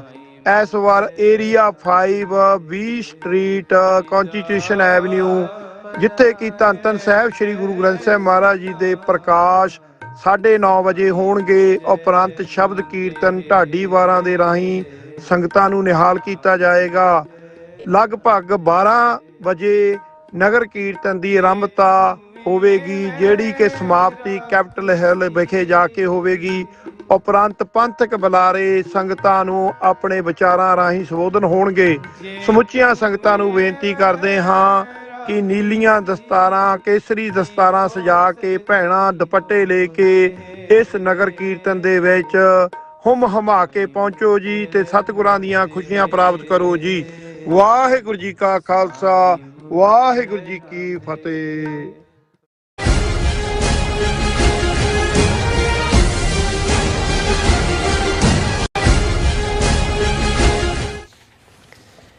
Viewers, welcome back to programme. So viewers, ਗੱਲਬਾਤ ਕਰਨ ਜਾ ਰਹੇ ਕਿ ਇਸ ਵੇਲੇ ਅਮਰੀਕਾ ਦੇ ਸੰਬੰਧ ਕੈਨੇਡਾ ਅਤੇ ਯੂਰਪ ਸਮੇਤ ਦੁਨੀਆ ਦੇ ਬਹੁਤ ਸਾਰੇ ਮੁਲਕਾਂ ਨਾਲ ਵਿਗਾੜ ਵਾਲੇ ਬਣਦੇ ਜਾ ਰਹੇ ਨੇ, ਔਰ ਚੁਣੇ ਹੋਏ ਨੁਮਾਇੰਦਿਆਂ ਵਿੱਚ ਵੀ ਜਿਹੜੀ ਇਹ ਨਫ਼ਰਤੀ ਮਾਹੌਲ ਦੇਖਿਆ ਜਾ ਸਕਦਾ। ਔਰ ਪਿਛਲੇ ਦਿਨੀ ਜਮਨ ਉੱਪਰ ਬੰਬਾਰੀ ਨੂੰ ਲੈ ਕੇ ਇੱਕ ਉੱਚ ਪੱਧਰੀ ਮੀਟਿੰਗ ਦੀ ਕਰਵਾਈ ਗਈ, ਔਰ ਸਿਗਨਲ ਚੈਟ ਰਾਹੀਂ ਲੀਕ ਹੋਣ ਦੀ ਖਬਰ ਚਰਚਾ ਦਾ ਵਿਸ਼ਾ ਹੈ। ਸੋ ਇਸ ਸੰਬੰਧੀ ਜਦੋਂ ਯੂਕੇ ਦੀ ਸਕਾਈ ਨਿਊਜ਼ ਟੈਲੀਵਿਜ਼ਨ ਦੇ ਰਿਪੋਰਟਰ ਨੇ ਕਾਂਗਰਸ ਵੂਮਨ ਗ੍ਰੀਨ ਤੋਂ ਸਵਾਲ ਪੁੱਛਿਆ, ਤਾਂ ਭੜਕੀ ਹੋਈ ਕਾਂਗਰਸ ਵੂਮਨ ਨੇ ਪੱਤਰਕਾਰ ਨੂੰ ਕਿਹਾ ਕਿ ਤੂੰ ਇੱਥੇ ਕੀ ਕਰ ਰਿਹਾ, ਗੋ ਬੈਕ ਯੂਅਰ ਕੰਟਰੀ। ਸੋ ਇਸ ਬਾਰੇ ਆਪਾਂ ਗੱਲਬਾਤ ਕਰਨ ਜਾ ਰਹੇ ਹਾਂ, ਔਰ ਨਾਲ ਹੀ ਜਿਹੜੇ ਤੁਹਾਡੇ ਲਾਈਵ ਮੈਸੇਜ ਨੇ ਉਹ ਵੀ ਆਪਾਂ ਸਾਂਝੇ ਕਰਨ ਜਾ ਰਹੇ ਹਾਂ। ਸੋ ਅਸੀਂ ਚਾਹਾਂਗੇ ਕਿ ਤੁਸੀਂ ਇਸੇ ਤਰ੍ਹਾਂ ਬਣੇ ਰਹਿਣਾ ਦੇਖਣ ਸੁਣਨ ਲਈ ਐਂਡ ਲਿਖਣ ਲਈ। ਤੁਹਾਡਾ ਸਭ ਦਾ ਬਹੁਤ ਬਹੁਤ ਧੰਨਵਾਦ ਜੀ। ਡਾਕਟਰ ਸਾਹਿਬ, ਕੀ ਵਿਚਾਰਾਂ ਨੇ? ਦੇਖੋ, ਪਿਛਲੇ ਆਲਮੋਸਟ 2 ਦਿਨ ਤੋਂ ਜਿਹੜਾ ਮੁੱਦਾ ਅਮਰੀਕਨ ਮੀਡੀਆ 'ਚ ਵੀ ਔਰ ਇੰਟਰਨੈਸ਼ਨਲ ਮੀਡੀਆ 'ਚ ਵੀ ਛਾਇਆ ਹੋਇਆ, ਉਹ ਇੱਕ ਬੜੀ ਜਿਹੜੀ ਗੁਪਤ ਡਿਫੈਂਸ ਮੀਟਿੰਗ ਜਿਹੜੀ ਕਿ ਯਮਨ ਦੇ ਉੱਤੇ, ਯਮਨ ਦੇ ਹੂਤੀ ਵਿਦਰੋਹੀਆਂ ਦੇ ਉੱਤੇ ਅਮਰੀਕਨ ਜਿਹੜੀਆਂ ਟਾਰਗੇਟ ਤੇ ਉਹਨਾਂ ਨੂੰ ਲੈ ਕੇ ਬੰਬਾਰੀ ਕੀਤੀ ਗਈ, ਉਸ ਨਾਲ ਸੰਬੰਧਿਤ ਸੀ। ਔਰ ਇਹ ਬੇਸ਼ੱਕ ਕੌਨਫੀਡੈਂਸ਼ੀਅਲ ਮੀਟਿੰਗ ਸੀ ਡਿਫੈਂਸ ਕਮੇਟੀ ਦੇ ਥੱਲੇ, ਜਿਸ ਦੇ ਵਿੱਚ ਪ੍ਰੋਮੀਨੈਂਟ ਉਹਨਾਂ ਦੇ ਜਿਹੜੇ ਇਨਸਾਈਡਰ ਉਹੀ ਸ਼ਾਮਲ ਸੀ। ਔਰ ਇਸ ਨੂੰ ਸਿਗਨਲ ਦੀ ਜਿਹੜੀ ਐਪ ਰਾਹੀਂ ਡਿਸਕਸ ਕੀਤਾ ਜਾ ਰਿਹਾ ਸੀ, ਪਰ ਉਹ ਸਿਗਨਲ ਚੈਟ ਦੇ ਵਿੱਚ ਬਾਈ ਮਿਸਟੇਕ ਜਿਹੜੀ ਕਿਸ ਲੈਵਲ ਤੇ ਹੋਈ, ਜਿਹਦੀ ਇਨਵੈਸਟੀਗੇਸ਼ਨ ਦੀ ਮੰਗ ਹੁਣ ਡੈਮੋਕ੍ਰੈਟ ਔਰ ਦੂਸਰੇ ਸੈਨੇਟ 'ਚ ਵੀ ਕਰ ਰਹੇ ਨੇ, ਔਰ ਵਿਦਨ ਵੀ ਐਮਬੈਰਸਮੈਂਟ ਹੋਈ ਹੈ ਜਿਹੜੀ ਟਰੰਪ ਐਡਮਿਨਿਸਟ੍ਰੇਸ਼ਨ ਨੂੰ। ਉਸ ਚੈਟ ਦੇ ਵਿੱਚ ਉਹਨਾਂ ਨੇ ਦਾ ਐਟਲਾਂਟਿਕ ਜਿਹੜੀ ਪਬਲੀਕੇਸ਼ਨ ਹੈ ਉਹਨਾਂ ਦੇ ਐਡੀਟਰ ਇਨ ਚੀਫ ਜੈਫਰੀ ਗੋਲਡਬਰਗ ਨੂੰ ਵੀ ਐਡ ਕਰ ਲਿਆ। ਉਹਨੇ ਕਿਹਾ, ਜੈਫਰੀ ਗੋਲਡਬਰਗ ਦਾ BBC ਨਾਲ ਇੰਟਰਵਿਊ ਸੀ, ਕਿ ਪਹਿਲਾਂ ਤਾਂ ਮੈਂ ਸਮਝਿਆ ਵੀ ਹੌਕਸ ਹੈ, ਫਿਰ ਮੈਨੂੰ ਲੱਗਾ ਵੀ ਜਾਲੀ ਜਿਹਾ ਗਰੁੱਪ ਹੈ, ਪਰ ਕਹਿੰਦਾ ਜਦੋਂ ਉਹਦੀ ਕਾਰਵਾਈ ਸ਼ੁਰੂ ਹੋਈ ਤੇ ਮੈਂ ਇਹ ਰਿਅਲਾਈਜ਼ ਕੀਤਾ ਕਿ ਵੀ ਇਹ ਤਾਂ ਬਹੁਤ ਟੌਪ ਨੌਚ ਜਿਹੜੀ ਹੈ ਡਿਫੈਂਸ ਮੀਟਿੰਗ ਚੱਲ ਰਹੀ ਹੈ, ਔਰ ਉਹ ਅਜੇ ਅਟੈਕ ਨਹੀਂ ਸੀ ਹੋਏ, ਦੇ ਵਰ ਡਿਸਕਸਿੰਗ ਕਿ ਕਿੱਥੇ ਕਿੱਥੇ ਕਰਨੇ ਨੇ। ਸੋ ਜਿਉਂ ਹੀ ਇਹ ਗੱਲ ਸਾਹਮਣੇ ਆਈ, ਬਹੁਤ ਇਸ ਦੇ ਉੱਤੇ ਵਾਵੇਲਾ ਮਚਿਆ, ਔਰ ਹਾਲਾਂ ਟਰੰਪ ਨੇ ਔਰ ਦੂਸਰਿਆਂ ਨੇ ਉਹਨੂੰ ਡਿਫੈਂਡ ਕਰਨ ਦੀ ਵੀ ਕਿਤੇ ਨਾ ਕਿਤੇ ਕੋਸ਼ਿਸ਼ ਕੀਤੀ ਕਿ ਦਿਸ ਵਾਜ਼ ਨਾਟ ਅ ਕਲਾਸੀਫਾਈਡ ਥਿੰਗ ਐਂਡ ਇਹ ਉਹ, ਔਰ ਲੇਕਿਨ ਇਹ ਇੱਕ ਵੱਡਾ ਇਸ਼ੂ ਹੈ। ਹੁਣ ਇਸ ਇਸ਼ੂ ਦੇ ਉੱਤੇ ਜਿਹੜਾ ਹਾਲਾਂ ਇਹ ਇੱਕ ਐਂਬੈਰਸਿੰਗ ਇਸ਼ੂ ਹੈ, ਔਰ ਜਿਵੇਂ ਸੈਨੇਟ ਕਮੇਟੀ 'ਚ ਤੁਲਸੀ ਗੈਬਰਡ ਔਰ FBI ਚੀਫ ਨੂੰ ਵੀ ਕਾਫੀ ਗ੍ਰਿਲ ਕੀਤਾ ਗਿਆ ਇਸ ਮੁੱਦੇ ਤੇ। ਹੁਣ ਜਿਹੜੀ ਜਾਰਜੀਆ ਤੋਂ ਕਾਂਗਰਸ ਵੂਮਨ ਮਾਰਜੋਰੀ ਟੇਲਰ ਗ੍ਰੀਨ, ਉਹਨੇ ਕੋਈ ਪ੍ਰੈਸ ਕਾਨਫਰੰਸ ਕੀਤੀ, ਔਰ ਉਸ ਦੇ ਵਿੱਚ UK ਸਕਾਈ ਨਿਊਜ਼ ਟੈਲੀਵਿਜ਼ਨ ਦੇ ਜਿਹੜਾ ਰਿਪੋਰਟਰ ਸੀ, ਉਸ ਨੇ ਇਹਨੂੰ ਬੀਬੀ ਨੂੰ, ਜਿਹੜੀ ਕਿ ਟਰੰਪ ਸਪੋਰਟਰ ਹੈ ਔਰ ਰਿਪਬਲਿਕਨ ਹੈ, ਜਾਰਜੀਆ ਤੋਂ ਰਿਪਰੈਜ਼ੈਂਟ ਕਰਦੀ ਹੈ, ਉਸ ਨੂੰ ਪੁੱਛ ਲਿਆ ਕਿ ਵੀ ਇਹ ਜਿਹੜਾ ਸਿਗਨਲ ਚੈਟ ਜਿਹੜੀ ਲੀਕ ਹੋਈ, ਇਹਦੇ ਬਾਰੇ ਤੇਰਾ ਕੀ ਖਿਆਲ ਹੈ। ਔਰ ਇਸ ਦੇ ਉੱਤੇ ਬੀਬੀ ਜੀ ਭੜਕ ਗਏ। ਉਹਨਾਂ ਨੇ ਉਹਨੂੰ ਪੁੱਛਿਆ ਕਿ ਵੀ ਫਰਮ ਵੇਅਰ ਯੂ ਆਰ, ਉਹਨਾਂ ਨੇ ਕਿਹਾ ਜੀ ਮੈਂ UK ਤੋਂ ਹਾਂ। ਔਰ ਇਸ ਦੇ ਉੱਤੇ ਉਹਨੇ ਕਿਹਾ ਕਿ ਵੀ we don't give a crap about your opinion and your reporting. Why don't you go back to your country where you have a major migrant problem? ਹੁਣ ਇੱਕ ਇਹ ਮਾਹੌਲ ਨੂੰ ਦਰਸਾ ਰਿਹਾ, ਇਹ ਨਹੀਂ ਹੈ ਕਿ ਵੀ ਅਸੀਂ ਕੋਈ ਨੈਗੇਸ਼ਨ ਕਰ ਰਹੇ ਹਾਂ, ਅਸੀਂ ਇਹ ਦੱਸ ਰਹੇ ਹਾਂ ਕਿ ਵੀ ਉਹ ਮੁਲਕ ਜਿੱਥੇ ਫਸਟ ਅਮੈਂਡਮੈਂਟ, ਵਿਚਾਰਾਂ ਦੀ ਆਜ਼ਾਦੀ, ਇਹ ਸਾਰੀਆਂ ਚੀਜ਼ਾਂ, ਮੀਡੀਆ ਇੱਕ ਆਪਣੇ ਆਪ 'ਚ ਇੱਕ ਅਹਿਮੀਅਤ ਰੱਖਦਾ ਹੈ। ਕਾਂਗਰਸ ਵੂਮਨ ਚੁਣੀ ਹੋਈ ਨੁਮਾਇੰਦਾ ਹੈ।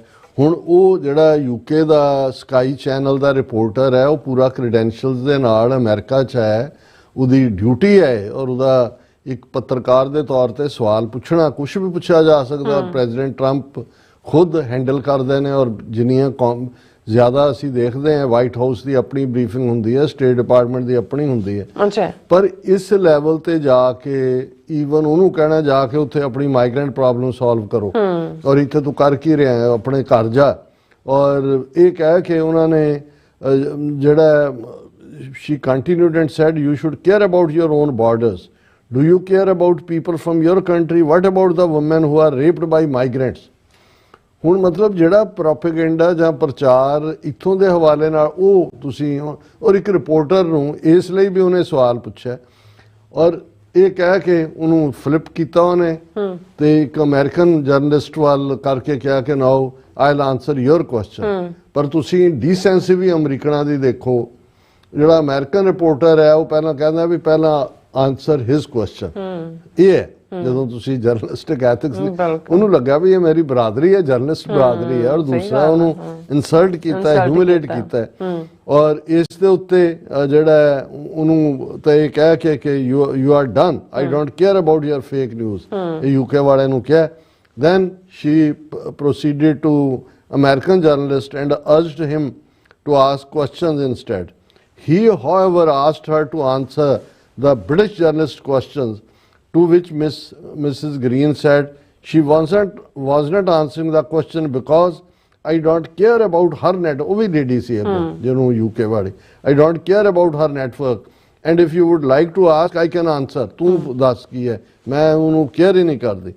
ਔਰ ਇਹ ਜਿਹੜਾ ਆਪਣੇ ਆਪ ਦੇ ਵਿੱਚ ਮੈਂ ਸਮਝਦਾ ਵੀ ਜਿਸ ਲੈਵਲ ਦੇ ਉੱਤੇ ਇਹ ਸਾਰੀ ਗੱਲ ਜਾ ਰਹੀ ਹੈ, ਔਰ ਇਸ ਗੱਲ ਦਾ ਇਹਨਾਂ ਨੂੰ ਹੁਣ ਫਿਕਰ ਵੀ ਸ਼ੁਰੂ ਹੋ ਗਿਆ ਕਿ ਵੀ ਟਰੰਪ ਦੀ ਪਪੂਲੈਰਿਟੀ ਹੁਣ ਸਟੇਟ ਆਫ ਪੈਨਸਿਲਵੇਨੀਆ ਦੇ ਵਿੱਚ ਕੋਈ ਇਲੈਕਸ਼ਨ ਸੀ ਅਸੈਂਬਲੀ ਜਾਂ ਉਹਨਾਂ ਦੀ ਸੈਨੇਟ ਦੀ, ਜਿਹੜੇ ਬਿਲਕੁਲ ਰਿਪਬਲਿਕਨ ਡਿਸਟ੍ਰਿਕਟ ਸੀ, ਫਾਰਮਿੰਗ ਕਮਿਊਨਿਟੀ ਹੈ, ਉਹ ਸੀਟਾਂ ਲੂਜ਼ ਕੀਤੀਆਂ ਨੇ ਉਹਨਾਂ ਨੇ। ਸੋ ਉਹਨਾਂ ਨੂੰ ਇਹ ਫੀਅਰ ਹੈ ਕਿ ਵੀ ਜਿਹੜੀ ਇਸ ਵੇਲੇ ਘਟ ਰਹੀ ਉਹਨਾਂ ਦੀ, ਕਿਉਂਕਿ ਜੌਬ ਸਿਚੁਏਸ਼ਨ ਵੀ ਹੈ ਔਰ ਇਹ ਜਿਹੜੇ ਟੈਰਿਫਸ ਵਗੈਰਾ ਅਜੇ 2 ਅਪ੍ਰੈਲ ਤੋਂ ਬਾਅਦ ਪਤਾ ਲੱਗਣਾ ਹੈ ਬਿਲਕੁਲ ਕਿ ਸੂਰਜ ਕਿਹੜੇ ਪਾਸਿਓਂ ਕਿਹੜੇ ਮੁਲਕ ਲਈ ਚੜ੍ਹੇਗਾ।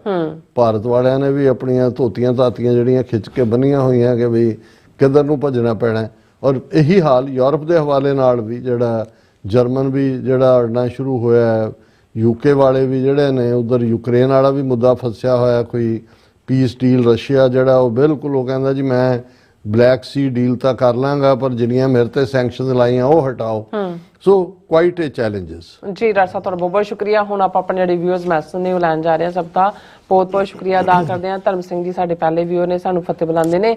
ਵਾਹਿਗੁਰੂ ਜੀ ਕਾ ਖਾਲਸਾ ਵਾਹਿਗੁਰੂ ਜੀ ਕੀ ਫਤਿਹ। ਸੋਹਣ ਮਾਲ ਜੀ ਵੀ ਔਰ ਇਸੇ ਤਰ੍ਹਾਂ ਜਸ ਸਿੰਘ ਜੀ ਵੀ, ਫਿਰ ਮਨਜੂਰ ਕੋਇਨੂਰ ਜੀ ਵੀ, ਬਿੱਲਾ ਸੋਇਤਾ ਜੀ ਵੀ, ਔਰ ਇਸੇ ਤਰ੍ਹਾਂ ਕੁਲਦੀਪ ਕੌਰ ਜੀ ਵੀ, ਬਲਜੀਤ ਵਰੈਤ ਜੀ ਵੀ, मोहम्मद आसिम चौधरी जी भी, और इसी तरह मस्तान सिंह उन्होंने मोहम्मद असलम जी ने क्या prayers for freedom Khalistan at the earliest, बहुत बहुत शुक्रिया। बिल्कुल। फिर इसी तरह परमिंदर जी, जसकीरत सिंह जी भी, फिर इसी तरह सतनाम सिंह जी भी, अवतार सिंह जी भी, अमरजीत सिंह सैनी जी भी, और सुखजीवन बच्चू जी भी, और सिंह गरचा जी भी, जतिंदर सिंह जी, अमन सिंह खालसा जी भी, मोहम्मद अजमत जी भी, और इसी तरह इंद्रजीत सिंह संधू जी भी, जसवीर सिंह बरार जी भी, लाडी सिंह जी भी, सतनाम सिंह जी भी, पन्नू जी भी, और इसी तरह मुख्तियार अली भट्टी जी। ये कहते हैं डॉक्टर साहब आपका प्रोग्राम बहुत अच्छा है, अल्लाह ताला खालिस्तान कश्मीर और फ़लस्तीन को बहुत जल्दी आज़ादी नसीब करे, और हमारी दुआ है आप साहब के साथ। आमीन आमीन। हाँ जी, बहुत शुक्रिया मुख्तार अली पट्टी जी। जी पन्नू जी, बिलाल अहमद जी भी हेलो कहते हैं डॉक्टर साहब। Sister Neelam Kaur ji, today is here Jumma, so Jumma मुबारक, this is the last Friday holy month of Ramzan. बहुत बहुत रमजान मुबारक ਤੁਹਾਡੇ ਅਜੇ ਕਿਉਂਕਿ ਜੁਮਾ ਚੜ ਚੁੱਕਾ ਹੈ, ਸਾਡੇ ਜੁਮੇ ਰਾਤ ਹੈ। ਹਾਂਜੀ, ਪਰ ਸ਼ੁਕਰੀਆ ਸਾਨੂੰ ਦੱਸਣ ਦੇ ਲਈ। ਬਿਲकुल। साजिद मान जी भी, और इसी तरह राजनप्रीत सिंह जी भी, इंद्रप्रीत सिंह जी भी, और बिलाल अहमद जी कहते हैं डॉक्टर साहब सुना है कि यूएसए में इंडियन रॉ पर बैन की बातें हो रही हैं, और एक बात नेक्स्ट वीक पुतिन इंडिया का विजिट कर रहा है, डॉक्टर साहब ब्रिक्स का क्या फ्यूचर है? ਬਿਲਾਲ ਸਾਹਿਬ ਤੁਸੀਂ ਬਿਲਕੁਲ ਠੀਕ ਕਿਹਾ। ਅਸੀਂ ਕੱਲ ਡਿਸਕਸ ਕੀਤਾ ਸੀ, ਯੂਐਸ ਸਰਫ ਨੇ ਜਿਹੜੀ ਆਪਣੀ 98 page report freedom religious freedom ਤੇ ਦਿੱਤੀ ਹੈ, ਉਹਦੇ 'ਚ ਉਹਨਾਂ ਨੇ ਜਿੱਥੇ ਇੰਡੀਆ ਨੂੰ ਕੰਟਰੀ ਆਫ ਪਾਰਟਿਕੂਲਰ ਕੰਸਰਨ ਐਲਾਨਣ ਦੀ ਮੰਗ ਕੀਤੀ ਹੈ, ਉੱਥੇ ਉਹਨਾਂ ਨੇ ਜਿਹੜਾ ਨੈਸ਼ਨਲ ਕ੍ਰਾਈਮ ਇਹਨਾਂ ਨੇ ਕੀਤਾ ਗੁਰਪਤਵੰਤ ਪੰਨੂ ਮਰਡਰ ਪਲਾਟ ਦਾ, ਇਸ ਨੂੰ ਆਧਾਰ ਬਣਾ ਕੇ ਯੂਐਸ ਸਰਫ ਰਿਪੋਰਟ 'ਚ ਮੰਗ ਕੀਤੀ ਗਈ ਹੈ ਕਿ ਰਾਹ ਦੇ ਉੱਤੇ ਪਾਬੰਦੀਆਂ ਲਾਈਆਂ ਜਾਣ, ਸੈਂਕਸ਼ਨਸ ਲੱਗਣ। ਸੋ ਇਹ ਤੁਸੀਂ ਬਿਲਕੁਲ ਠੀਕ ਕਿਹਾ। ਦੂਸਰਾ, ਮੈਂ ਵੀ ਅੱਜ ਹੀ ਇਹ ਖਬਰਾਂ 'ਚ ਦੇਖਿਆ ਕਿ ਰਸ਼ੀਅਨ ਪ੍ਰੈਜ਼ੀਡੈਂਟ ਨੇ ਕਿਹਾ ਕਿ ਜੀ ਮੈਂ ਇੰਡੀਆ ਜਾ ਰਿਹਾ, ਔਰ ਇੰਡੀਆ ਨੇ ਵੀ ਕਿਹਾ ਅਸੀਂ ਤਿਆਰੀਆਂ ਕਰ ਰਹੇ ਹਾਂ। ਸੋ ਮੈਨੂੰ ਲੱਗਦਾ ਵੀ ਇਹਨਾਂ ਨੂੰ ਇਹ ਲੱਗਦਾ ਵੀ 2 ਅਪ੍ਰੈਲ ਨੂੰ ਇਹਨਾਂ ਦਾ ਹਾਲ ਬੁਰਾ ਹੋਣਾ, ਟੈਰਿਫ ਲੱਗਣੇ ਨੇ। ਸੋ ਆਲਰੇਡੀ ਚੀਨ ਵੱਲ ਵੀ ਝੁਕੇ ਹੋਏ ਨੇ ਔਰ ਰਸ਼ੀਆ ਵੱਲ ਵੀ, ਔਰ ਜੇ ਅਮਰੀਕਾ ਨੇ ਠੁੱਡ ਟਿਕਾ ਕੇ ਮਾਰਿਆ ਇਹਨਾਂ ਨੂੰ ਤਾਂ ਫਿਰ ਜ਼ਾਹਰ ਹੈ ਕਿ ब्रिक्स तो बिना, क्योंकि ऑलरेडी चाइना रशिया की शरण तो जा ही रहे हैं, बिल्कुल, लेकिन 2 अप्रैल तो बाद बहुत सारी पिक्चर क्लियर होएगी। बिल्कुल। मोहम्मद याकूब जी भी आए ने और कहते हैं जी डॉक्टर साहब बिलाल अहमद ने सही बोला है कि टुडे इज जुम्मा एंड लास्ट जुम्मा of Holi month of Ramzan और मुबारक रहे रमजान उल मुबारक। हाँ जी, सो इसी तरह मनजीत सिंह मठारू जी भी मुबारक, मोहम्मद याकूब जी। हाँ जी, ये भी फतेह बुलांदे ने और कहते टीवी 84 जिंदाबाद, Khalsa winning the peace and power in the world politics, USA love to support Khalsa true Panth of humanity. Manjit Singh Matharu ji साडे पुराने व्यूअर ने और हमेशा ही हौसले वालियां गल्लां करदे ने। बहुत बहुत शुक्रिया मठारू साहब। मोहम्मद जॉनस जी भी कहते हैं कि डॉक्टर अमरजीत जी को और नीलम कौर को भी सलाम, लाहौर से खालिस्तान जरूर बनेगा इंशाल्लाह। ਔਰ ਫਿਰ ਇਸ ਤਰ੍ਹਾਂ ਮੁਹੰਮਦ ਜਾਕੂਬ ਜੀ ਬਿਲਾਲ ਜੀ ਨੂੰ ਕਹਿੰਦੇ ਸਾਹਿਬ ਐਸ਼ਲਾ ਜੀ ਨੇ ਇਹ ਕਿਹਾ ਕਿ ਜੀ ਅਸੀਂ ਯੂਕੇ ਗਰੂਮਿੰਗ ਗੈਂਗ ਕੇਸ ਬਾਰੇ ਗੱਲ ਨਹੀਂ ਕਰਦੇ, ਫੇਅਰ ਰਿਪੋਰਟਿੰਗ ਨਹੀਂ ਹੈ। ਐਸ਼ਲਾ ਜੀ ਤੁਸੀਂ ਨਾਲ ਜੁੜੇ ਨਹੀਂ ਹੋਵੋਗੇ, ਜਿਹੜਾ ਵੀ ਇਸ਼ੂ ਕੋਈ ਹੁੰਦਾ ਹੈ ਉਸ ਤੇ ਅਸੀਂ ਗੱਲ ਕਰਦੇ ਹਾਂ, ਔਰ ਇਹ ਤੁਹਾਡਾ ਆਪਣਾ ਪਾਰਟ ਹੈ ਵੀ ਤੁਸੀਂ ਨੈਗੇਟਿਵਿਟੀ ਵਾਲੀਆਂ ਗੱਲਾਂ ਚੋਂ ਜ਼ਿਆਦਾ ਸਵਾਦ ਲੈਂਦੇ ਹੋ। अमर सिंह जी भी और इसी तरह मोहम्मद याकूब जी भी वाघा बॉर्डर पर कहते खालिस्तान का फ्लैग लहराना चाहिए, ना कि इंडिया का फ्लैग। मोहम्मद याकूब जी बस वेट करो। बिलाल अहमद जी भी कहते डॉक्टर साहब खालिस्तान जब वजूद में आएगा तो रन ऑफ कच्छ से लेकर पोर्ट कासिम तक खालिस्तान की होगी और इंडियन गुजरात पोर्ट भी खालिस्तान का होगा, टेंशन नॉट। हाँ बिलाल साहब ये अजे असी पत्ते खोले नहीं है, इसलिए ਜਿਹੜੇ ਲੈਂਡ ਲੌਕਡ ਵਾਲਿਆਂ ਦੀ ਆਰਗੂਮੈਂਟ ਹੈ ਉਹਨੂੰ ਹੀ ਅਸੀਂ ਕਾਊਂਟਰ ਕਰ ਰਹੇ ਸੀ, ਲੇਕਿਨ ਤੁਸੀਂ ਬਿਲਕੁਲ ਠੀਕ ਫਰਮਾਇਆ, ਅਲਟੀਮੇਟ ये साड़ी पहुंच ही होएगा। जाकूब जी कहते हैं कितने अफसोस की बात है कि कश्मीर और खालिस्तान पर इंडिया का फ्लैग लहराना है। और इसी तरह इंडियन ऑक्यूपाइड ने जी सुरमुख मंदरा जी भी, राम सिंह जी भी, बिलाल अहमद जी भी और इसी तरह मोहम्मद जाकूब जी भी ये कहते बहुत बहुत शुक्रिया कहते ने बिलाल जी नू। और मनप्रीत सिंह कहते हैं कि डॉक्टर साहब जी तुसी बहुत वधिया काम कर रहे हो और डॉक्टर साहब जी वाहिगुरू जी तुहानू चढ़दी कला करन, चढ़दी कला च रखन ते लंबी उम्र बख्शे। वीरां दा साथ और अरदास यही साडा सरमाया। हाँ जी कहते खालिस्तान विच तुहाडा बहुत वड्डा योगदान होएगा। सो इसी तरह मोहम्मद जाकूब जी भी कम पता नहीं कहते गोल्डन टेंपल यानी दरबार साहब पर खालिस्तान का फ्लैग लहराना चाहिए, इंडिया का को बड़ी तकलीफ है इस बात की। सो दरबार साहब पर खालिस्तान का फ्लैग। और ਮੁਹੰਮਦ ਯਾਕੂਬ ਜੀ ਜਿਹੜੇ ਸਾਡੇ ਧਾਰਮਿਕ ਅਦਾਰੇ ਨੇ ਦਰਬਾਰ ਸਾਹਿਬ ਜਾਂ ਅਕਾਲ ਤਖਤ, ਉੱਥੇ ਆਲਰੇਡੀ 2 ਫਲੈਗ ਲਹਿਰਾਉਂਦੇ ਨੇ, ਮੀਰੀ ਤੇ ਪੀਰੀ ਜੀ। ਔਰ ਇਹ ਗੁਰੂਆਂ ਦੇ ਅਸਥਾਨ ਨੇ। ਉਹ ਹਮੇਸ਼ਾ ਹੀ ਜਦੋਂ ਇਹਨਾਂ ਨੇ ਹਮਲਾ ਕੀਤਾ ਇਹਨਾਂ ਨੇ ਤਾਂ ਸਮਝਿਆ ਸੀ ਵੀ ਇਹਨਾਂ ਨੇ ਢਾਹ ਕੇ ਬਿਲਡਿੰਗ ਨੂੰ ਔਰ ਦੂਸਰਾ ਕਰਤਾ, ਪਰ ਉਹ ਸਾਡੇ ਨਿਸ਼ਾਨ बुलंद ने, वो सदा लहराते रहेंगे और लहरा रहे हैं आज भी। बिल्कुल। हंग सिंह जी भी और मोहम्मद याकूब जी कहते इंडिया को बड़ी, हाँ जी इतने हो गया ना। विसरा सिंह जी भी और फिर इसी तरह नुपा जी भी कहते डॉक्टर साहब श्री गुरु नानक देव जी की लाइफ ते एक सैगमेंट करया करो। ਨੂਪਾ ਜੀ ਪ੍ਰੋਜੈਕਟ ਤਾਂ ਸਾਡੇ ਮਾਈਂਡ 'ਚ ਕਈ ਨੇ, ਸਿੱਖ ਹਿਸਟਰੀ ਨੂੰ ਵੀ ਰੀਟਰੇਟ ਕਰਨ ਦਾ, ਪਰ ਹਾਲ ਦੀ ਘੜੀ ਜ਼ਿਆਦਾ ਫੋਕਸ ਪੋਲੀਟੀਕਲ ਐਕਟਿਵਿਜ਼ਮ ਤੇ ਹੈ, ਪਰ ਲੌਂਗ ਟਰਮ ਇਸ ਕਿਸਮ ਦਾ ਜ਼ਰੂਰ ਮਾਈਂਡ 'ਚ ਹੈ। ਗੁਰਬਾਣੀ ਦੀ ਇੰਟਰਪ੍ਰੀਟੇਸ਼ਨ ਵੀ ਔਰ ਸਿੱਖ ਹਿਸਟਰੀ 5.5 ਸਦੀਆਂ ਦੀ, ਉਸ ਨੂੰ ਮੌਜੂਦਾ ਕੰਟੈਕਸਟ ਦੇ ਵਿੱਚ ਸਮਝਣ ਦੀ। मोहम्मद जाकूब जी भी आज नहीं तो कल की कहते ने जागिन फिर मिलेंगे। हाँ जी फिर मिलेंगे, उन्होंने कहा कि रब ने जिंदगी रही तो फिर मिलेंगे। और क्रेजी कूल जी भी और बलबीर सिंह टवाना जी भी, सब का बहुत बहुत शुक्रिया। इस अपने व्यूअर्स को लेने इजाजत। व्यूअर्स सारे प्रोग्राम का समा इत्थे मुकदा। तुसीं अपनी राय ते सुझाव सानूं भेजना भुलना साडे इस पते ते SOS@TV ते असीं अपना प्रोग्राम लैके फिर दोबारा तुहाडे सामने होवांगे। तद तक लई मैनूं ते अपना सुना गया दो देखते रहो TV 84। बुला दिओ फतेह। वाहिगुरू जी का खालसा, वाहिगुरू जी की फतेह। रब राखा।